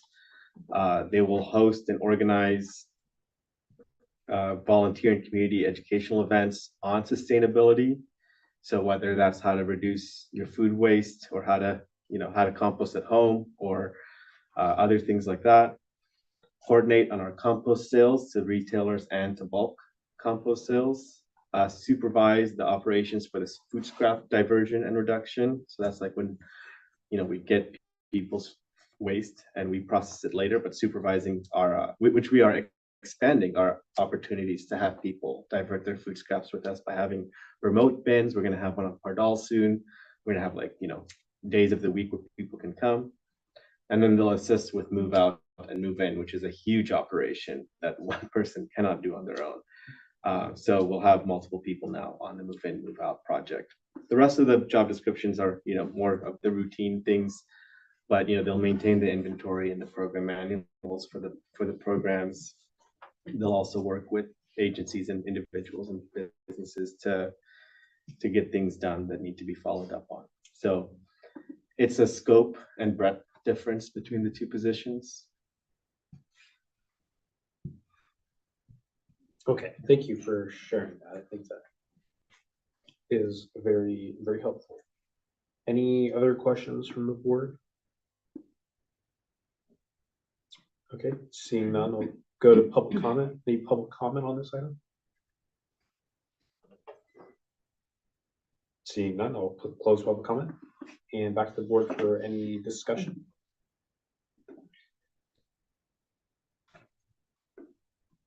Seeing none, maybe you're ready for a motion. Go ahead.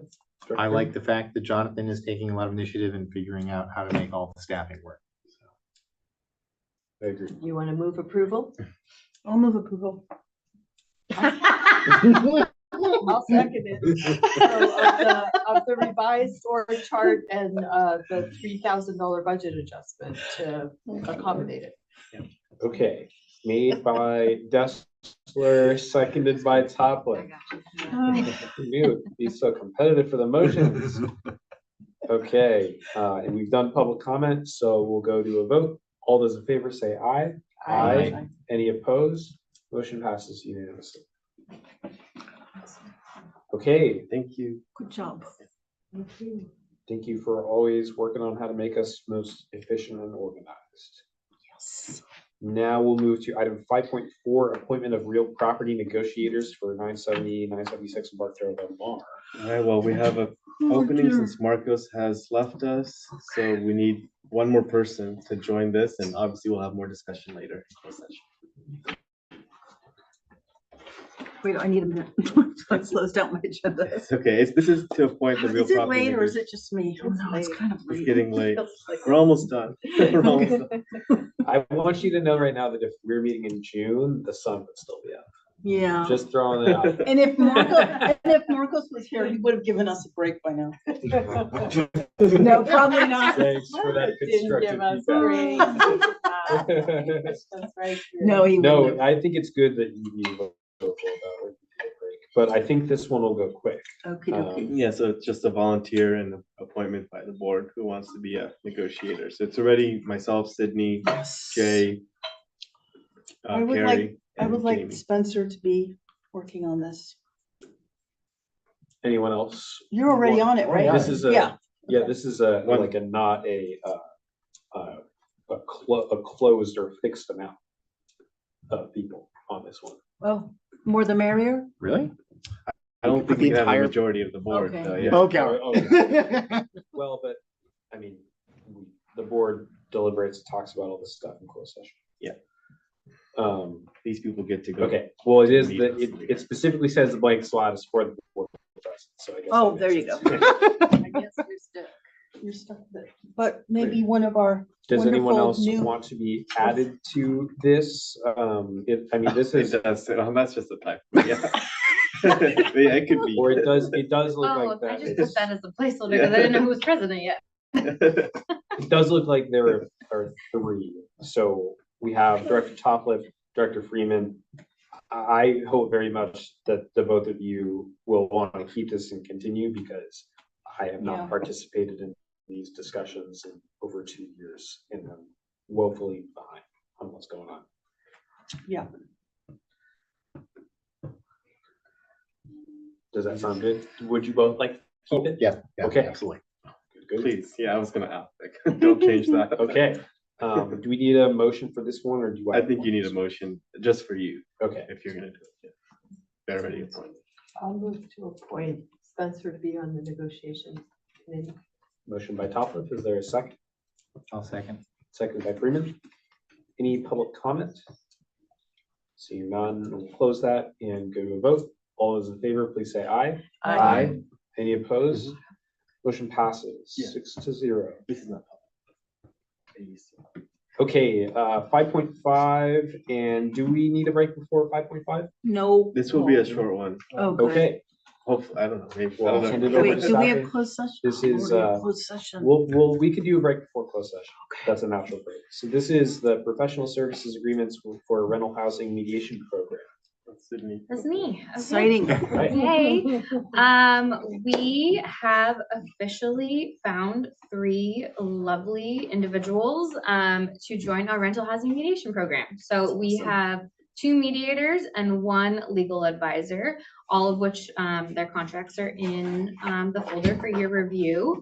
I believe Jessica might even be on. She's on the Yeah. Zoom. Nice. So we have Jessica Roberts, Caesar Rousseau, both of which are bilingual. Awesome. And then Arnold, but he goes by Arno, which is very confusing for me with my son Arlo. But he calls me, he's like, this is Arno. And I'm like, oh, Arno Jaffe will be our legal advisor. And so I will be setting up a kind of transition with Sarah, and then we will honor Sarah at a future meeting that hopefully he can attend for his service Nice. for the past 7 years. Longest serving person. Yeah, so yeah, I'm happy to answer any questions. All of the information should be outlined, but yes. I just didn't really understand the contracts that well. Just with the mediator, there's a flat sum of $10,000.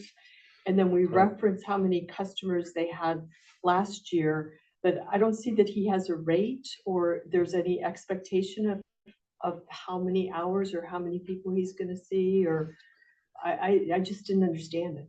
Yes, no, it's a good point. So I meant to get the rates in here, so that was my mistake, but the rates are $85 an hour. Or they're all different rates per person. Different rates per person, but the way we put in the budget was that, you know, you all approved the budget back in September of 19,000 for the for the whole program. So I put, it's a not to exceed essentially what's in the contract, the 10,000. So they're gonna share it and they're going to, you know, spend that down together. So it is a little complicated. We're gonna just need to track it ourselves and see where the money's going, but we didn't want to do like a tripartite contract. Yeah, So I that would have been see. confusing, and we don't know who's gonna end up being able to work the most or Okay, Where's- well, it seems, That's a- helpful. it seems like it's gonna be a little tricky to manage. And it seems like they have a lot of record keeping, reporting requirements too, and we Mhm. don't want them to be doing too much of that and not enough of the hands-on work. So, it just seems like you might need to keep an eye on it, Yeah. Part 'cause- of the revamp and kind of the like overhaul of this program included working with the new staff or the new contractors for better reporting. And so I want to streamline that. So I think a lot of work is going to be needed to be done upfront, and then I think it'll kind of level out. Sarah didn't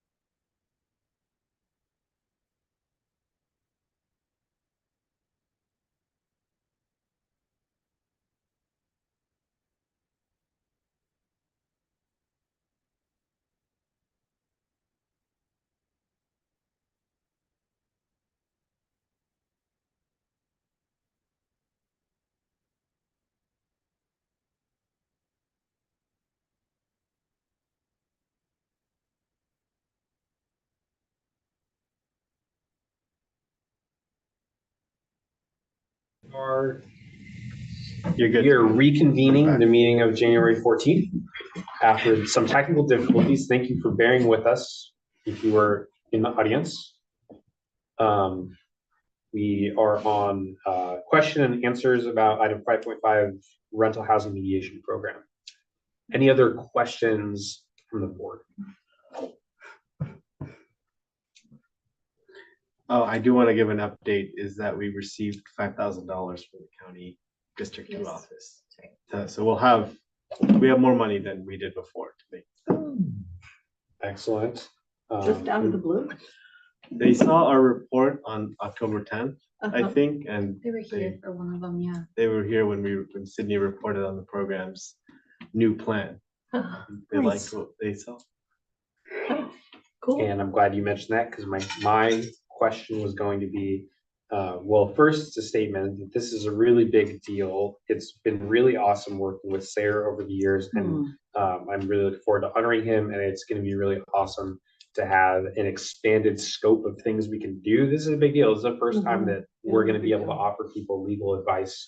Mediation is important too, and we know that even just the threat of mediation sometimes can help get solutions. And I really think that pairing the legal advice with it is going to bring this program hopefully to the next level. And so my question is, can we trump this, do some press release, feature the District 2 office to thank them for their contribution to the program? I just think that this is a big deal that we also really need the public to know about. Yeah, I think that's something that it's on my radar to do, but as soon as we get a little bit more ready for all of what I'm expecting to be an influx of requests. So yes, definitely, it's on my radar. But thank you. Thank you. Always for one that. step ahead, Spencer. Yes. That's Spencer. Okay. Any public comment on this item? I think Jonathan had mentioned we had one of our contractors in the audience. Jessica is, I don't know if Jessica, if you want to say anything, unmute. No pressure. No need if you don't want to, but welcome and thank you for being here. Yeah. I might say something. Go right ahead. Yay. I know very little about Isla Vista. Everything I know I've gotten from Carrie. And I've driven here and I've seen some of the problems that you guys are dealing with. But I went to a meeting in Santa Barbara and it was very different than this. And it wasn't as easy to follow the subjects. And I was just telling Carrie, if I lived in Isla Vista, it would be nice to know that you guys were here. Because I do feel you guys' support for the public. And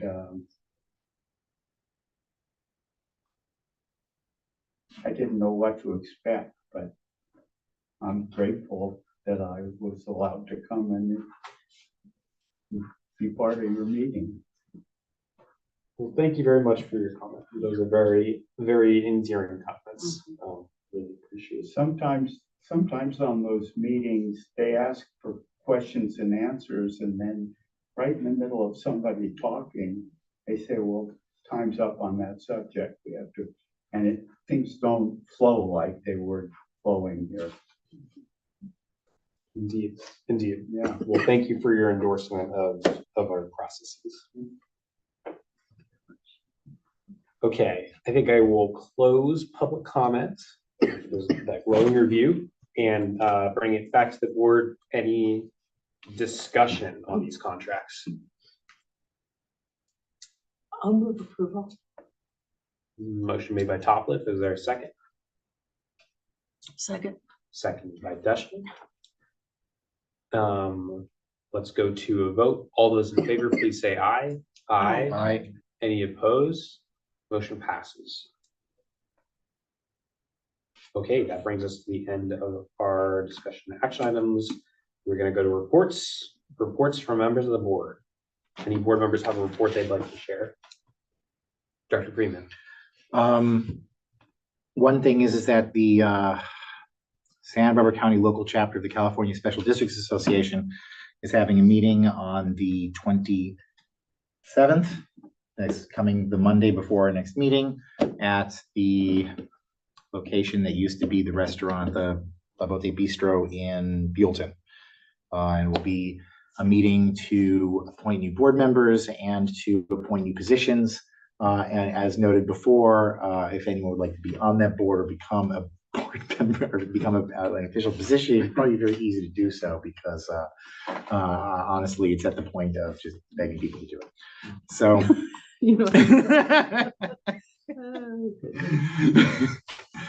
Negotiating on like, well, I'm willing to keep doing this as long as I don't have to do these 3 parts of the job. Maybe we could like, okay, well, what if we traded it off every other time? Okay. Past that, I was going to talk about the LAFCO meeting. Roy Lee has been put onto LAFCO to replace DOS as the voting member. And he was joined on our meeting last time.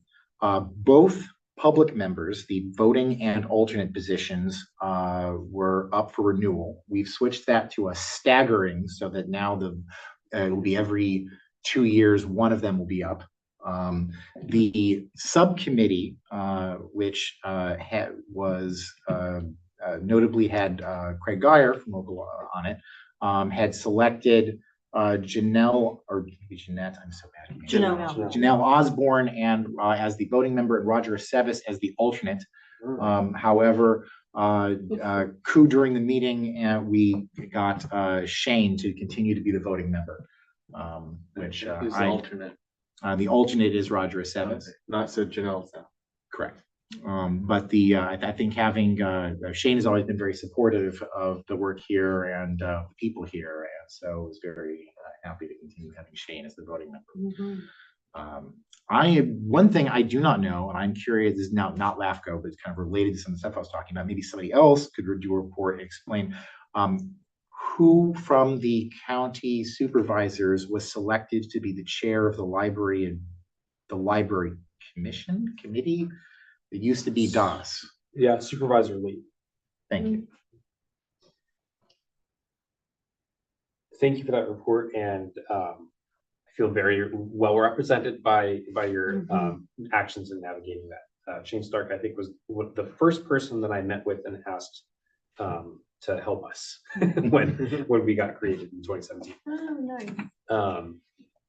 And okay, I'll give a brief report. The Santa Barbara County point in time count, which is the annual census of our unsheltered population, is taking place on Wednesday, January 22nd, and they need volunteers. This is a great opportunity for individuals, teams, students, organizations to get up real early on Wednesday, January 22nd, and help be a part of making sure that justice is done for our unhoused community.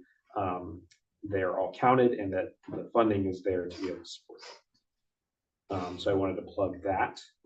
And I attended a meeting with Jonathan and another other people in the public regarding the financial situation of the Isla Vista Food Co-op.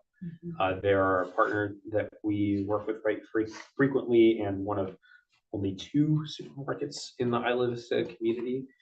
And we got to hear a presentation about the struggles that they have been having, particularly with sale volumes going down, average spends per purchase going down, And they are putting out a call to action for the community that they need help, they need people to shop at the co-op. They are accepting some donations too. And I just wanted to uplift that because I think, I'm definitely thinking about how can we help support, especially our small businesses that are grocers in this community. Because we know that without them, Isla Vista would be even more of a food desert than we are. So I just wanted to share that. And for our newer members, report to the chancellor, you get to say whatever you want. I was like thinking I'm gonna give a description of what we're doing each time we go through it, but I forgot to do that. So. Okay, reports from standing and ad hoc committees. I don't think we've had any committee meetings since last year. We have had none. Report from district council. Nothing to report from me. Thank you. Report from general manager and staff. I don't have a big report. I've been on vacation most of the time since the last board meeting, but we're doing our audit right now for 22-23 and 23-24, so that's good. Almost done. I've gotten pretty involved with talking with SBCAG about implementing our plans. So I met with them. I went to their listening session. I've been just working with them more on like some of their stuff on different parts of the plans. We're going to present our plans to SBCAG in sometime this quarter. We're not sure when yet, but they're working on a schedule. And we're also going to present our plans to the MTD board. So we're going on the road now with our plans. Yeah, I attended the co-op meeting too. Lots to potentially come out of that. And we're working a lot coming up. Sydney can talk about it more, but we're working a lot on emergency preparedness stuff that's upcoming. And so is IVCN before the next board meeting? Yeah, It is. It is. So we'll have an IVCN on it, and there's a county committee that's being convened on public education for emergency preparedness, and then IV Safe will be including these topics as well. So there's a lot to do on that. This Thursday, we're meeting with the Public Works Department at the county to review the ATP plans and like how that project is progressing and get any input on the projects before they become actually Can I real. interrupt you, Jonathan? Yes, sorry. Quite a few acronyms coming. I from know, now, I'm and sorry. especially the new board members. Yeah. It probably would be good to stay out the whole. Maybe thing. I can meet with you guys individually to go over things. Would be helpful. I don't know. I think both are a good idea. So Yeah. ATP, Active transportation program. yeah. So this is all every infrastructure improvement that looks like it's for bikes or pedestrians. A lot of those come from this program. Yeah. Not every. It's like a specific list of 5 projects they're doing. And IVCN. IV Community Network. Just a meeting of local stakeholders, Businesses. some businesses, a lot of nonprofits, Some residents. University. some residents, university. Everyone. That's it. Okay. I I can't have use a- acronyms. I'm not good at talk. No, it's good. That was a lot. Thank you for No, your it's very input, helpful that Joe. you said that. I have a couple, can I add Go to ahead. yours? Sorry. This is for Maya since she had to leave, but we have 23 signups for CLE, Civic Leadership Initiative. Very good. Which is it's an 8-week program, an 8-week course all about how to be a civic leader in your community. And so that's 23. So that breaks down to 18 UCSB students, 3 long-term residents, and 2 working professionals. So we invite all of you this Thursday. We have our networking event. So all of the 23 civic leaders will be attending from 6 to 7 in this room. Food and beverage, not dinner, she said, but food and beverage will be there as well. What is the acronym again? Civic Leaders? Initiative. Thank you. And then vending machine still continues to be wildly successful. I met with Gabriel last week and we are just in cahoots about how we can continue to grow this program and these efforts because the county is really interested. And so we want to expand what we're providing. We've received 4 survey responses, all of them wanting more safe syringe kits. And so that resource is actually being no longer funded. So I'm going to be giving a board report coming up about the vending machine as a whole. It's really interesting. I'll share in that meeting or in that report, but people are coming from different areas to utilize this vending machine. We have people coming from Lompoc and Oxnard and different areas to use this vending machine. It's very exciting. I'm very passionate about this project. So we'll have a board report about just the breakdown of demographics and additional information and how we can hopefully, like how that will be incorporated into our budget next year. And the vending machine is where and has what? A vending machine, thank you, it is on the patio of the community center right here. And it has Narcan, it has fentanyl test strips, it has emergency contraceptives, xylazine test strips, Narcan, which, yeah, I said that. A lot of stuff, a lot of harm reduction resources. We have a page And dedicated it on our had website. needles, but now it doesn't. It does still have safe Oh, it syringe does, kits. We're just gonna need to get additional funding I in the see, I see. future, but we do have them for a bit, but they're going really quickly. So we've been talking a lot about why and what and all the different things. And I'm also been added to the Santa Barbara Opioid Coalition as well. So And are we having trouble keeping it stocked? I mean, the demand is so high. Right before the break, someone wiped us out of Narcan completely, came and took 13 and we had to It's all free. replenish. You can It's see all if free. you stand up and look this Oh, way. I see. You see it on the patio right back here. Yeah, everything is free. And is it our staff that restocks? Yes, Leslie. Mhm. Yeah, busy doing that. And then for IVCN, Isla Vista Community Network, for those of you that aren't aware, we did a revamp of it. And so rather than meeting monthly, we'll have 4 panel discussion meetings. This one is very timely. So on January 23rd from 12 to 1:30 in the Ivy Community Center, we are having a crisis preparedness and resilience planning panel. Our panelists include Captain Safechuck from Santa Barbara County Fire, PIO, Public Information Officer, Kelly Hubbard of Office of Emergency Management, Eric McMurdy with the American Red Cross, and Eleanor Gartner with the Office of Supervisor CAPS. So there'll be a brief presentation and then some Q&A as well. So I encourage everyone to attend. It's going to be, and it's now all of these as they were before, but open to all residents, stakeholders, and community members. I would recommend if there's opportunity to invite Jim Caesar from UCSB. He's our emergency services manager. He runs the Isla Vista as well as the campus CERT program. I'm trying to think of what the Community Emergency Response Team. Thank you. You were on a panel with me. Maybe it was someone else, but it was it was the panel before you when you presented. Oh, about yeah, STEP. yeah. Okay. So Yeah. he's a great resource, but what's wonderful about Jim is that since he does run these CERT programs, he's really attuned to the different ways communities can organize. So, Okay. and it might be something that Maya's interested in as well. Yeah, I'll reach out to him, definitely. Thank you. Okay, that's it. Okay, thank you for that update. Now we are going to recess to close session. And we get right into the record. I don't remember who does that. Do I do that? You can do it. Okay, I do. this is conference with real property negotiators. The property is 970 and 976 Embarcadero Del Mar, Isla Vista, California, plus the Pardall Solar Lock. Negotiators are myself, Carrie Topliff, Jay Freeman, Bob Geist, Jonathan Abood, Sydney Castaneda, Jamie Troxler. The parties are Isla Vista Community Services District and County of Santa Barbara under negotiation price and terms of payment.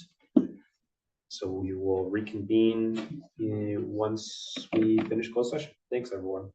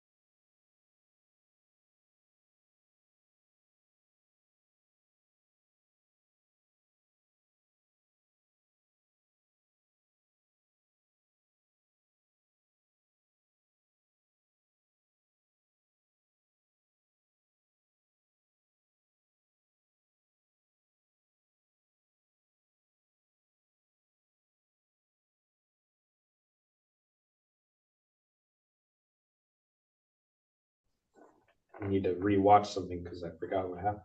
Same. YouTube is like, okay, are we back in open session? We're good to go. Okay, we are No, reconvening from, Let's confirm. I need to move the video always over to the end. I just realized I was on the Wi-Fi, which wasn't working. I was unable to do it. There it goes. Now I'm not on the Wi-Fi.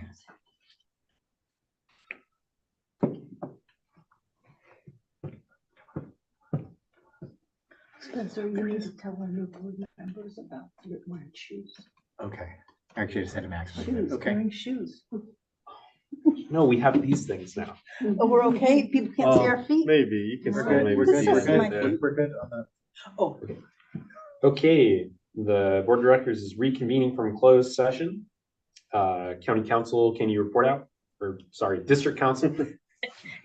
Yes, so the board met in closed session on item 7.1, conference with real property negotiators pursuant to Government Code Section 54956.8.